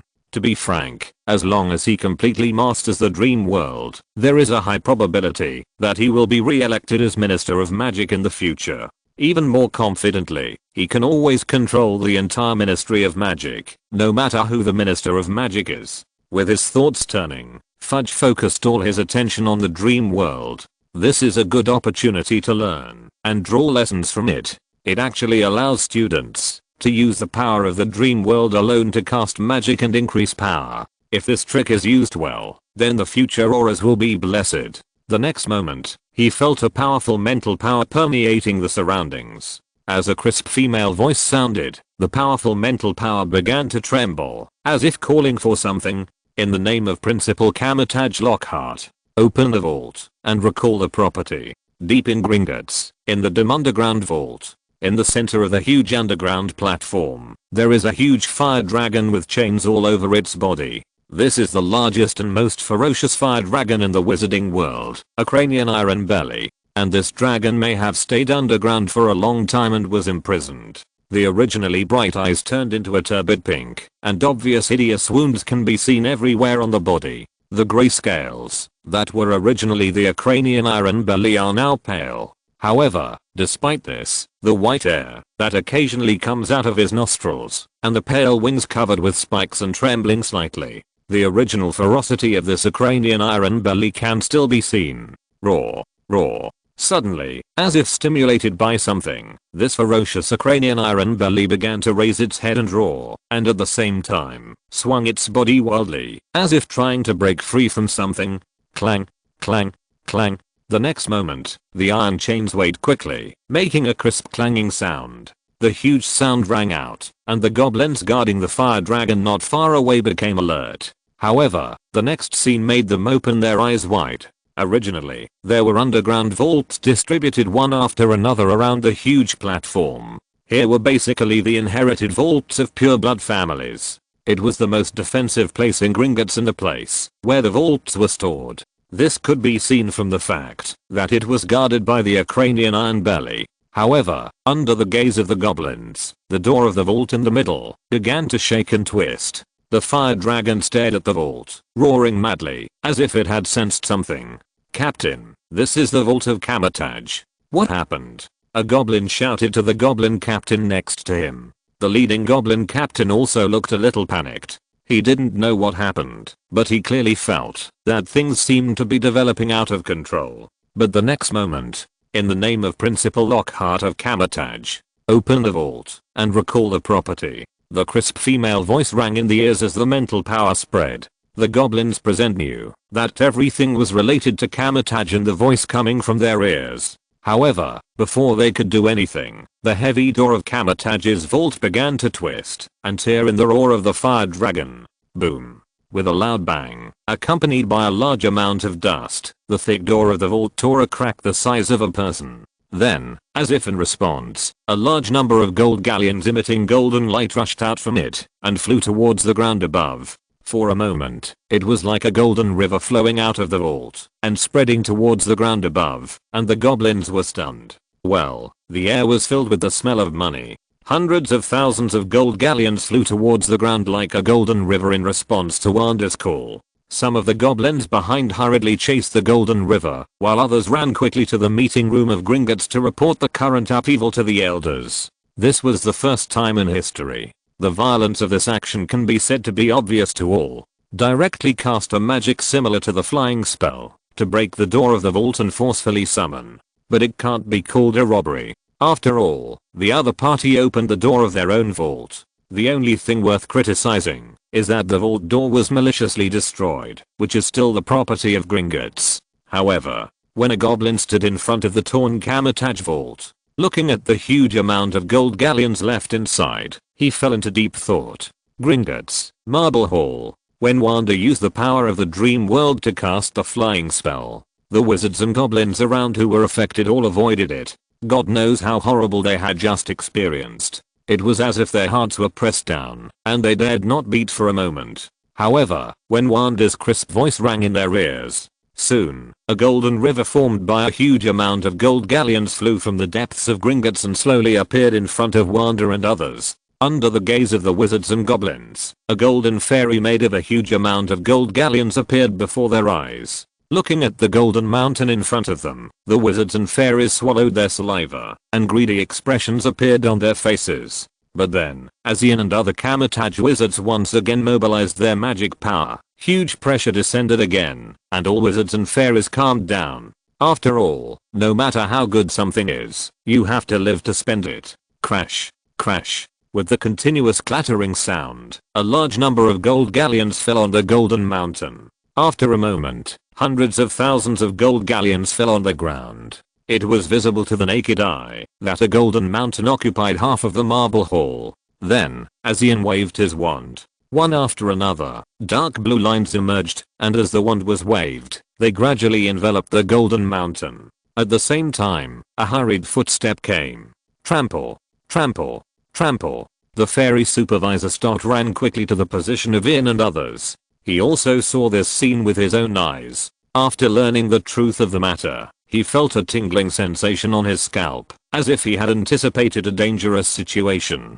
Mr. Ian, Ms. Wanda, what are you doing? Is there something we can't talk about? Then, Stott seemed to start complaining, trying to seize the moral high ground. However, with a strong pressure rising again, a cold voice came into the ears of the goblin supervisor Stott. Supervisor Stott, Kamar-Taj needs an explanation. Why are there 310,000 gold galleons in your Gringotts, but only more than 140,000 in front of me? Chapter 472. We have authorization from the Ministry of Magic. This is a legitimate action. The goblin, who was originally somewhat arrogant, hesitated for a moment, sweat on his forehead, and looked panicked. He seemed to want to explain something, but he couldn't think of a reason to say it out loud.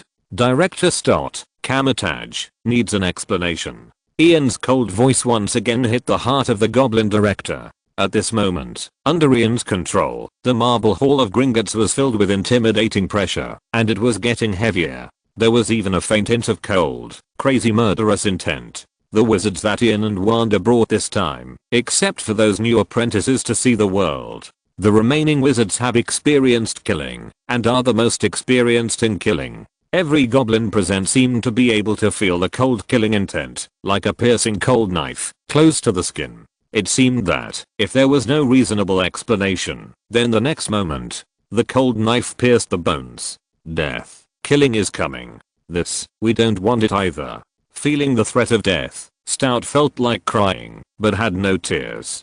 Despite this, he dared not move, fearing that a slight movement of his would trigger the other party's attack. Well, in addition to the nature of greed for money, goblins also have one thing, fear of death. Tell me, why is there 160,000 gold galleons missing from our Kamar-Taj vault? As Ian asked coldly, Stott still hesitated, and did not give a clear explanation. The atmosphere in the entire hall became more and more solemn. The wizards who had just entered Gringotts seemed to feel that the atmosphere was wrong, and left one after another. The wizards who were already in the hall also looked at Ian and his group of Kamar-Taj wizards in horror. Although this momentum was not directed at them, the looming breath of death lingered in their hearts, so they did not dare to make too big a move. Well, in Lockhart's eyes, basically any creature, human, including wizards, is naturally admiring the strong. Therefore, the current construction of Kamar-Taj needs to establish a sense of awe in the minds of wizards as soon as possible. There will be plenty of opportunities to add the rest of the additions later. The initial war with the Death Eaters in the secret space was to establish the wizard's awe of Kamar-Taj. The purpose of letting students pressure Gringotts today is the same. Hogwarts and the Ministry of Magic are not good targets, and Gringotts is a soft specimen. There is a saying that a new official starts 3 fires when he takes office. This is the second fire. Just as the atmosphere became more and more depressing. Sorry, I'm very sorry. The goblin elder Harmon ran towards Ian and said apologetically. Behind him, there were several guard goblins in red clothes. These goblins are strong, holding short sticks in their hands, and the muscles on their arms are high, like solid stones. Seeing this, several Kamar-Taj wizards behind Ian put away their wands. Similarly, a number of silver white long swords with golden runes engraved on the sword body and sharp blades appeared in their hands. They are very experienced, and the long swords are slightly raised and placed in the most suitable position for fighting. At the same time, their eyes were fixed on the guarding goblins. For a moment, the atmosphere became tense again. When Harmon saw the actions of the Kamar-Taj wizard, his expression froze. But then he returned to normal, and said to Ian in a gentle tone, "Mr. Ian, I'm Harmon, the Goblin Elder of Gringotts. We had a good cooperative relationship with Principal Lockhart before. We are all friends, all friends. Don't easily disturb the friendly cooperative relationship between the two sides, because of some things." As they said, they waved to the supervisor Stout next to them and scolded loudly, "Stout, what's the problem? Explain it to me quickly. Don't you know the cooperative relationship between Principal Lockhart and our Gringotts?" As Harmon skillfully transferred the conflict to himself, the originally solemn atmosphere was resolved by half. After seeing this, Ian did not frown. Although he knew that Harmon was acting, he did not disturb him again. When Supervisor Stout heard Elder Harmon's questioning, his eyes flashed with understanding, and then he cooperated directly and cried, "Elder Harmon, I don't know either. The wizards of Kamar-Taj are preparing to take back all the gold galleons, but they may have waited too long. So they used magic to force the recall, saying that a lot of gold galleons were missing. This is what caused the current situation." Hearing this, Harmon turned and walked towards Ian, and then asked softly, "Sir Ian, is it as Stout said? If so, I'm very sorry that I made you wait for a long time this time. But despite this, why didn't you talk to our employees in advance? Using such violent means directly will have a significant impact on Gringotts itself. Damn, if Kamar-Taj had no idea about this counterfeit currency incident, he could have found a rope to strangle himself." Although he wanted to cut Ian and other wizards into pieces, Harmon still showed a friendly smile on his face. Gringotts has had enough troubles already, and it would not be wise to provoke Kamar-Taj at this time. This time, Harmon even had the idea of spending money to avoid disaster.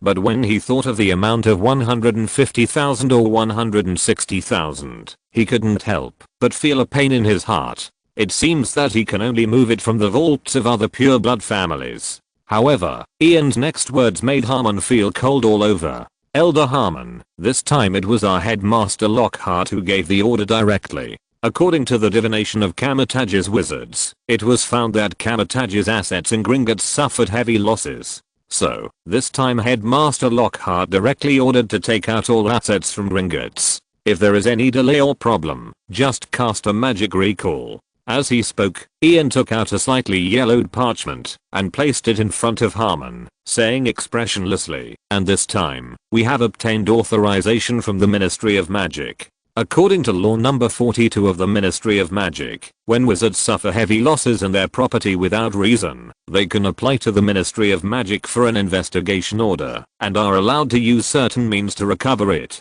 Elder Harmon, you can take a look. There is also the signature of Minister Fudge on it. This time, it said that Kamar-Taj would be the main force. But another meaning is that the Ministry of Magic will play a supporting role. This investigation order is part of it." Looking at the familiar words on the parchment, Harmon suddenly felt cold all over. "Elder Harmon, we at Kamar-Taj have only one request now. According to the assets of Kamar-Taj that we have recalled using magic, we found that the loss of gold galleons is as high as 150,000. We need all the goblins in Gringotts to fully cooperate with Kamar-Taj's investigation. If you're listening to this novel on a channel other than Fanfic World, it means they downloaded and uploaded it without effort. We cordially invite you to visit our channel, Mundo Fanfic Novelos. There you'll find the original version of this story and you can explore many other novels of various genres. We're waiting for you to immerse yourself in a world of incredible novels.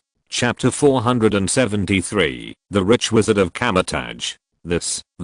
Faced with Ian's commanding tone and the harsh content on the parchment, Harmon instinctively wanted to refuse. But he found helplessly that he seemed to find no suitable reason. After all, the goblins were not ready to start a war now. "Harmon, don't forget, this is the wizard world, and the goblins can only obey what the wizards want to do." Ian looked at the goblin elder in purple clothes opposite him. and called him by his name without any hesitation, and used sharp words to try to destroy Harmon's psychological defense. He now hopes that Harmon can't help but send someone to do it, so that the Kamar-Taj freshmen behind him looked at this majestic and domineering scene, and their sense of identity with Kamar-Taj rose uncontrollably. Well, in the eyes of some young freshmen, Kamar-Taj has a mentality of God is the boss, I'm the second. After all, everything that happened just now was really cool. Mr. Ian, please rest assured that, although Gringotts is not very clear about what happened in the Kamar-Taj vault, it will definitely cooperate to the end.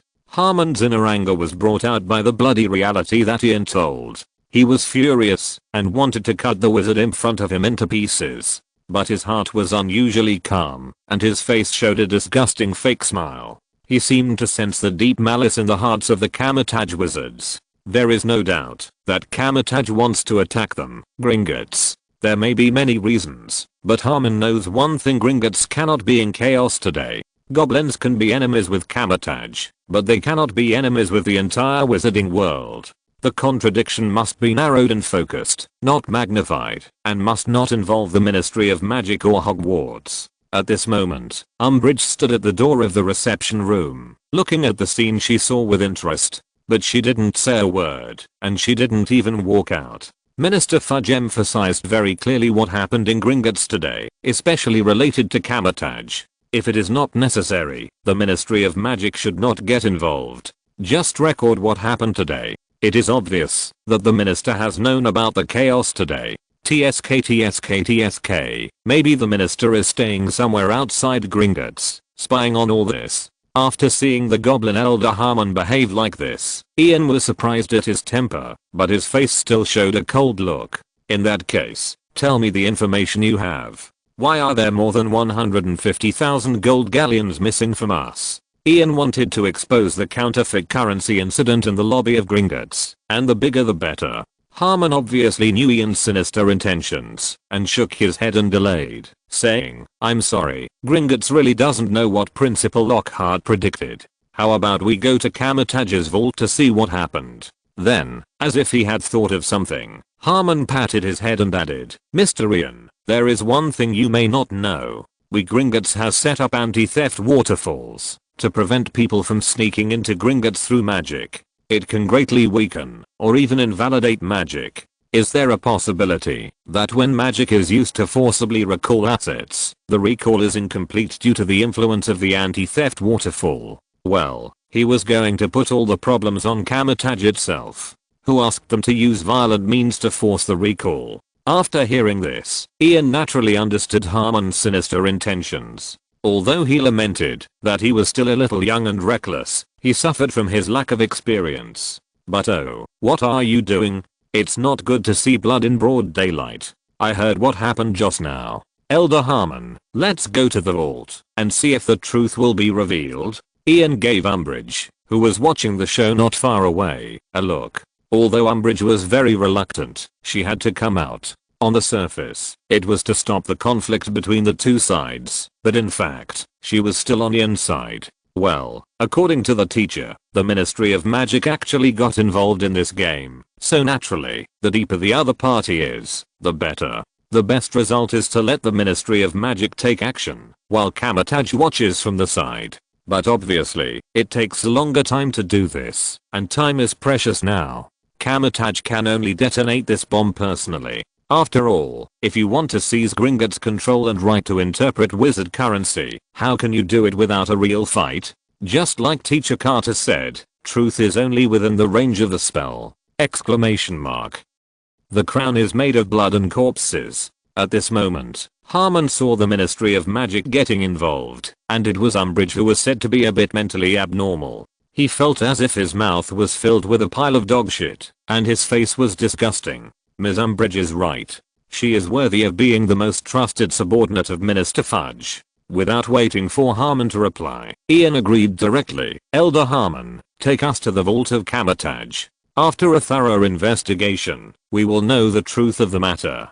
Listening to Harmon and Umbridge singing the same tune, their faces were a little ugly, but they seemed to have thought of something, and their mouths slightly grinned, outlining a smile. He nodded directly and said without any hesitation, "Okay, let's go to the vault of Kamar-Taj to have a look." Why did he come a little late? It's not because of the time he was stuck, but because he had to deal with these things in advance. After all, there have been too many changes in the recent period of time. First it was Grindelwald, then Voldemort, and finally Kamar-Taj. The entire wizarding world, including the pureblood families, was turned upside down because of these things. He knew that Gringotts would not be able to escape this incident in the end. "Scott, you lead the way." Harmon waved to the goblin supervisor and said meaningfully, "There are more wizards this time, so pay more attention to safety on the road." After hearing this, Stout nodded quickly to show that he understood. Then, Stout said a few polite words and led Harmon, Ian, and Umbridge to the depths of Gringotts, the location of the Kamar-Taj vault.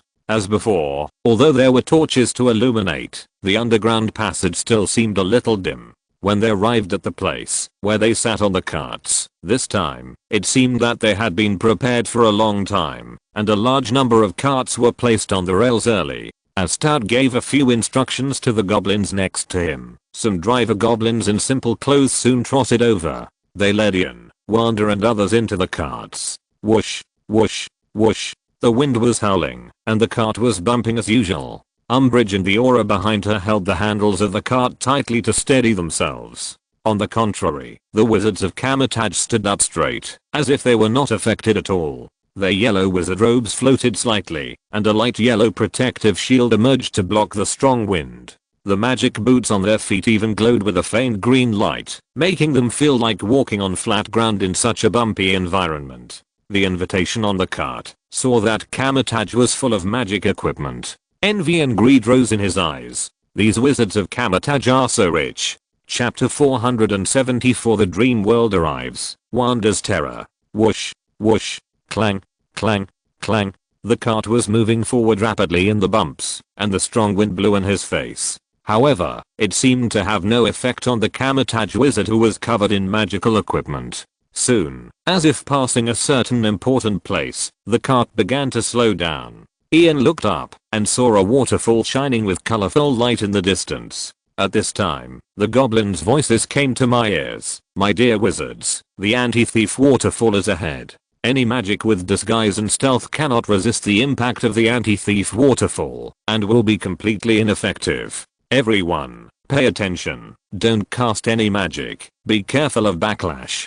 Then, the goblin looked at the Kamar-Taj wizards who were glowing with magic, and seemed to have thought of something, and reminded, "My dear wizards, if you don't want your magic equipment to be affected, you can put it away temporarily. The anti-thief waterfall is more sensitive to magical things." Hearing this, the auras and goblins of the Ministry of Magic all focused their eyes on Ian, Wanda and other Kamar-Taj wizards. To be precise, it was their glowing magic equipment. At this time, Wanda's crisp voice rang in the passage. "It's okay, don't worry, just keep going." After hearing this, Harmon narrowed his eyes slightly and said nothing. However, the goblins behind him seemed to have received some kind of hint, and relaxed their suppression of the carts. Everyone drove towards the anti-thief waterfall at a normal speed, or even faster.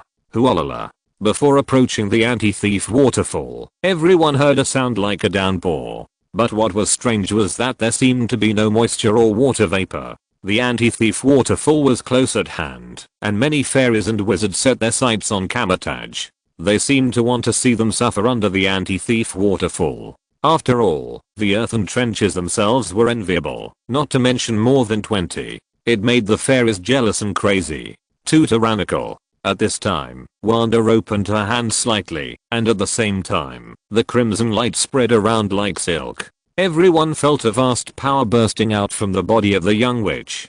In an instant, it seemed that the entire underground space was rendered. It became a crimson world. At a glance, the railroad tracks were red, the walls were red, and even the anti-thief waterfall not far away was still red. Wizard talent, control probability, exclamation mark.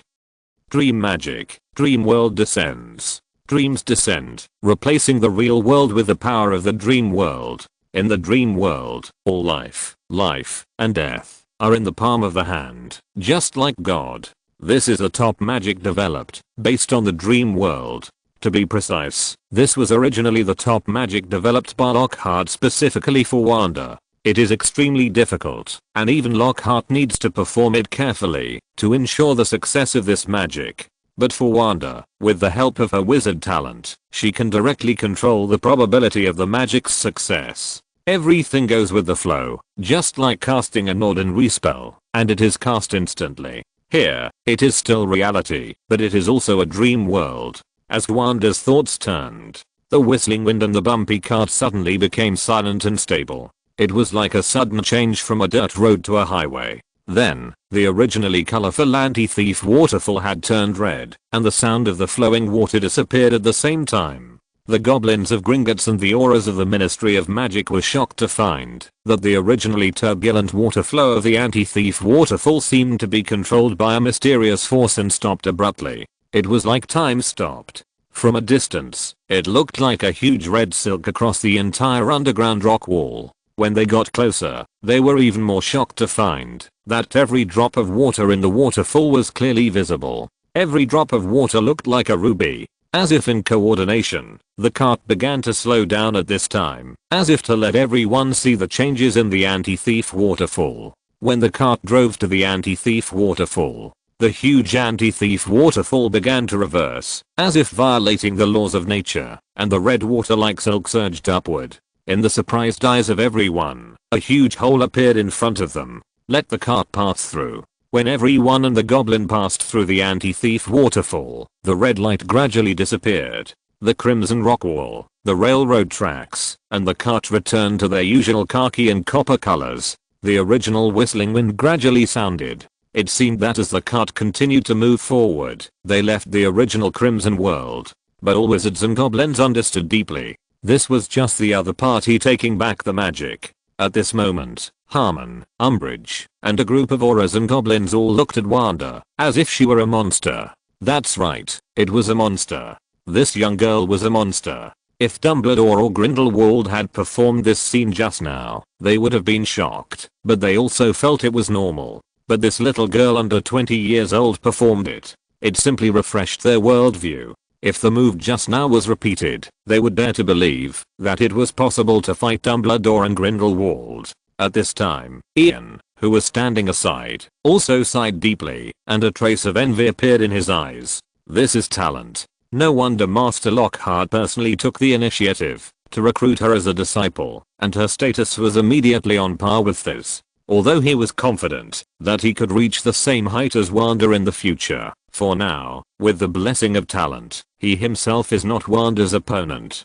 Not to mention that he can use the power of the dream world. In fact, in Lockhart's eyes, Wanda is simply a natural strong seedling. In the original plot, just by the influence of the Mind Gem, Wanda stood at the ceiling of the Avengers' combat power. Although the Mind Gem is one of the top treasures in the Marvel world, it is enough to see the horror of Wanda's talent. When Lockhart gave Wanda a part of the Dream Authority, it seemed that some kind of wonderful chemical reaction occurred. The huge power of the dream world combined with Wanda's wonderful and terrifying talent. In a very short time, Wanda's combat power has reached the level of top wizards. Although it needs to rely on the dream world, although it is unstable, and although it can only be within the radiation range of the dream world. But there is no doubt that, even if Lockhart is not there, Wanda can defend the foundation of the wizard world for Lockhart. This is also one of the reasons why Lockhart asked Wanda to lead the team. Tell everyone that in addition to Lockhart, Wanda is also enough to deter foreign enemies in Kamar-Taj. Of course, if the goblins have any small moves, take the opportunity to let Wanda do a big cleanup. Everyone's mind turned, and no one spoke. It seems that they are recalling everything that happened just now, and they seem to be associating with what will happen next. After passing the anti-thief waterfall, a huge platform came into view soon. Around the platform, vaults came into view. However, the first thing everyone noticed was the sleeping fire dragon in the center of the platform. Pale scales, wings covered with bone spurs, nostrils spraying white air, and a ferocious face. All of them tell the horror of this Ukrainian iron belly. Of course, looking beyond the back of this fire dragon, you can see a torn vault door. This is their goal this time. Kamar-Taj's vault. Chapter 475 Harmon, I'm a public relations master. Roar. The dragon roared, as if it sensed someone was coming, and began to shake its pale wings. Shap, shap, shap. The wings rubbed against the ground, making a rustling sound. As its limbs began to prop up, its huge body with many wounds was exposed. Everyone saw the dragon's ferocious head raised. Upon closer inspection, it was found that there was a deep scratch on the left eye socket. The pink eye in the eye socket was mixed with yellow, and it seemed that there was some pus due to the previous injury. However, this did not stop it from looking at Ian and his group with eyes full of ferocity, hatred and killing. No, to be precise, it was looking at the goblins led by Harmon. However, ding, ding, ding. As a goblin holding a bronze bell walked out, the sound of rapid bells began to ring. Hearing the familiar voice, the dragon's fierce eyes actually showed a light of fear. Roar, roar. The dragon shook its head frantically, and its wings flapped randomly, as if trying to get rid of the severe pain in its mind that was like thousands of needles. It wanted to escape, wanted to go home, but bang, bang, bang. The dragon kept struggling, and the bronze chain wrapped around its body was pulled wildly, making loud bangs. As the surface of the bronze chain continued to flash red runes, the dragon's body seemed to be suppressed by a huge force. Its limbs knelt on the ground uncontrollably, and its abdomen was tightly pressed against the ground, making the originally pale scales stained with a wisp of grey. Woo, woo. The intense physical pain and the great psychological shame forced the dragon to whimper. It seemed to be begging for mercy, but it was more like a prayer to a mysterious existence somewhere.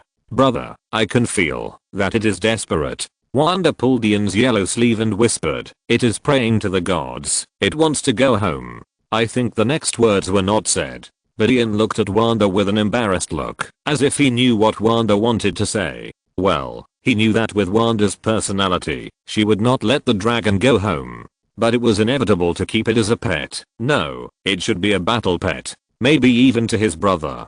Hey, thinking of the Dragon Knight, Ian felt a little impulsive. Don't worry, Ian said helplessly, if you ask, I will help you say a few words. The instructor will not refuse such a small matter. Then, Ian said faintly, let's finish our own work first. The instructor is very concerned about this plan. I'm even ready to do it myself. Don't let these small things affect the plan. Hearing this, Wanda nodded quickly to show that she understood. She was trained by Teacher Carter. She promised that she would not become one of those stupid cases who delayed the plan because of her own reasons. If this happened, she would probably be written into the training materials by Teacher Carter. When she thought of this, she shuddered. However, when she looked at the dragon's eyes, there was a hint of heat. She had an inexplicable feeling that this dragon, which had been tortured in all kinds of ways, would give her a surprise. A hint of completion, a hint of perfection. It seemed that fate was favoring her. We carefully selected this Ukrainian Iron Belly, and its ferocity is enough to rank among the top 5x magical creatures.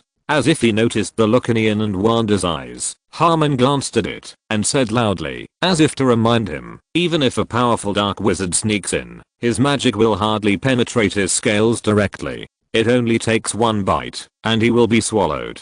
At this point, Harmon showed a smug smile on his face, as if he wanted to regain his home advantage from here. Sure enough, the goblins around seemed to think of the power of their own dragons, and their expressions, that were originally shocked by Wanda, began to recover. This Ukrainian Iron Belly has been domesticated by us. Under our control, it will not cause any harm. The implication is that, if they don't control it, haha, Gringotts is worthy of being called the safest place in the wizarding world.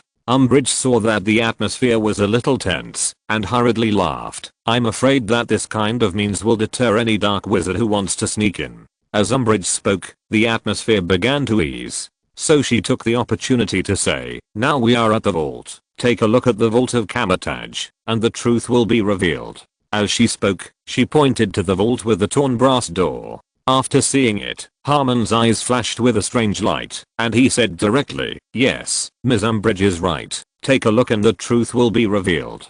As he spoke, he winked at a goblin behind him, and when he saw the other party nodded slightly, he led the way. The suppressed dragon did not move, and at most whimpered at his mouth, allowing his most hated enemy to pass by his head. Umbridge, Ian and others followed closely behind. Dark. Silence. Time seemed to have passed for a long time, but it seemed to be just a short moment. The goblin Valen was a little confused, as if he had something important to do, but he couldn't remember it. Moreover, he felt inexplicably warm, as if he had returned to the arms of an inexplicable person, and wanted to continue sleeping. Valen. Wake up, wake up. Valen, Valen, wake up. One voice after another sounded, and his body seemed to feel an inexplicable pain, and his will was gradually awakened. As his consciousness gradually awakened, his memory began to recover. Yes, there was indeed an important matter. Extremely important. Urgent. It concerns the reputation of Gringotts. What was it? He tried to recall, but the more he thought, the less he could think of it. The darkness in front of him disappeared, and what came instead was light. Inside the huge underground vault, a large number of golden fake gold galleons were scattered everywhere. And near the center of the vault, several goblins in blue clothes and a goblin in green clothes were lying on the ground. Valen, you traitor, who told you to do this? An angry shout sounded, and as if stimulated, the goblin Valen opened his eyes and a familiar face came into view. Elder Hahaman. In an instant, his memory was completely restored. He received an order to rush back to the Kamar-Taj vault, take away all the fake gold galleons, and replace them with real gold galleons. If time permits, sprinkle gold galleons near the anti-thief waterfall to create the illusion that Kamar-Taj's magic has failed. At the same time, cast a spell to hint the dragon and teach the wizards who came here a lesson. And now, when he thought about being attacked by magic and falling into a coma, none of the tasks were completed. Valen couldn't help but sweat all over. Mr. Ian, the matter is very clear, Harmon said with an extremely calm expression. However, the goblins on the side seemed to sense the anger deep in Harmon's heart and couldn't help but tremble slightly in their hearts. This matter is indeed our problem. There is a traitor in our Gringotts who actually wants to attack the customer's vault. But fortunately, their conspiracy did not succeed and was stopped by our guard goblins.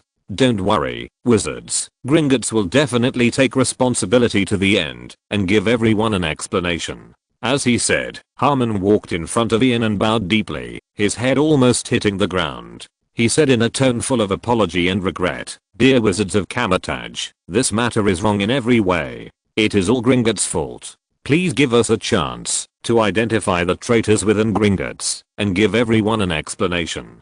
Gringotts will bear all the losses caused to Kamar-Taj and double the compensation." End of this chapter. Thank you very much for reaching the end. Don't forget to like. Looking for more exclusive content and immediate access? Subscribe to our Patreon. Remember, every like, subscription, or donation encourages us to continue. Thanks to everyone. See you in the next video.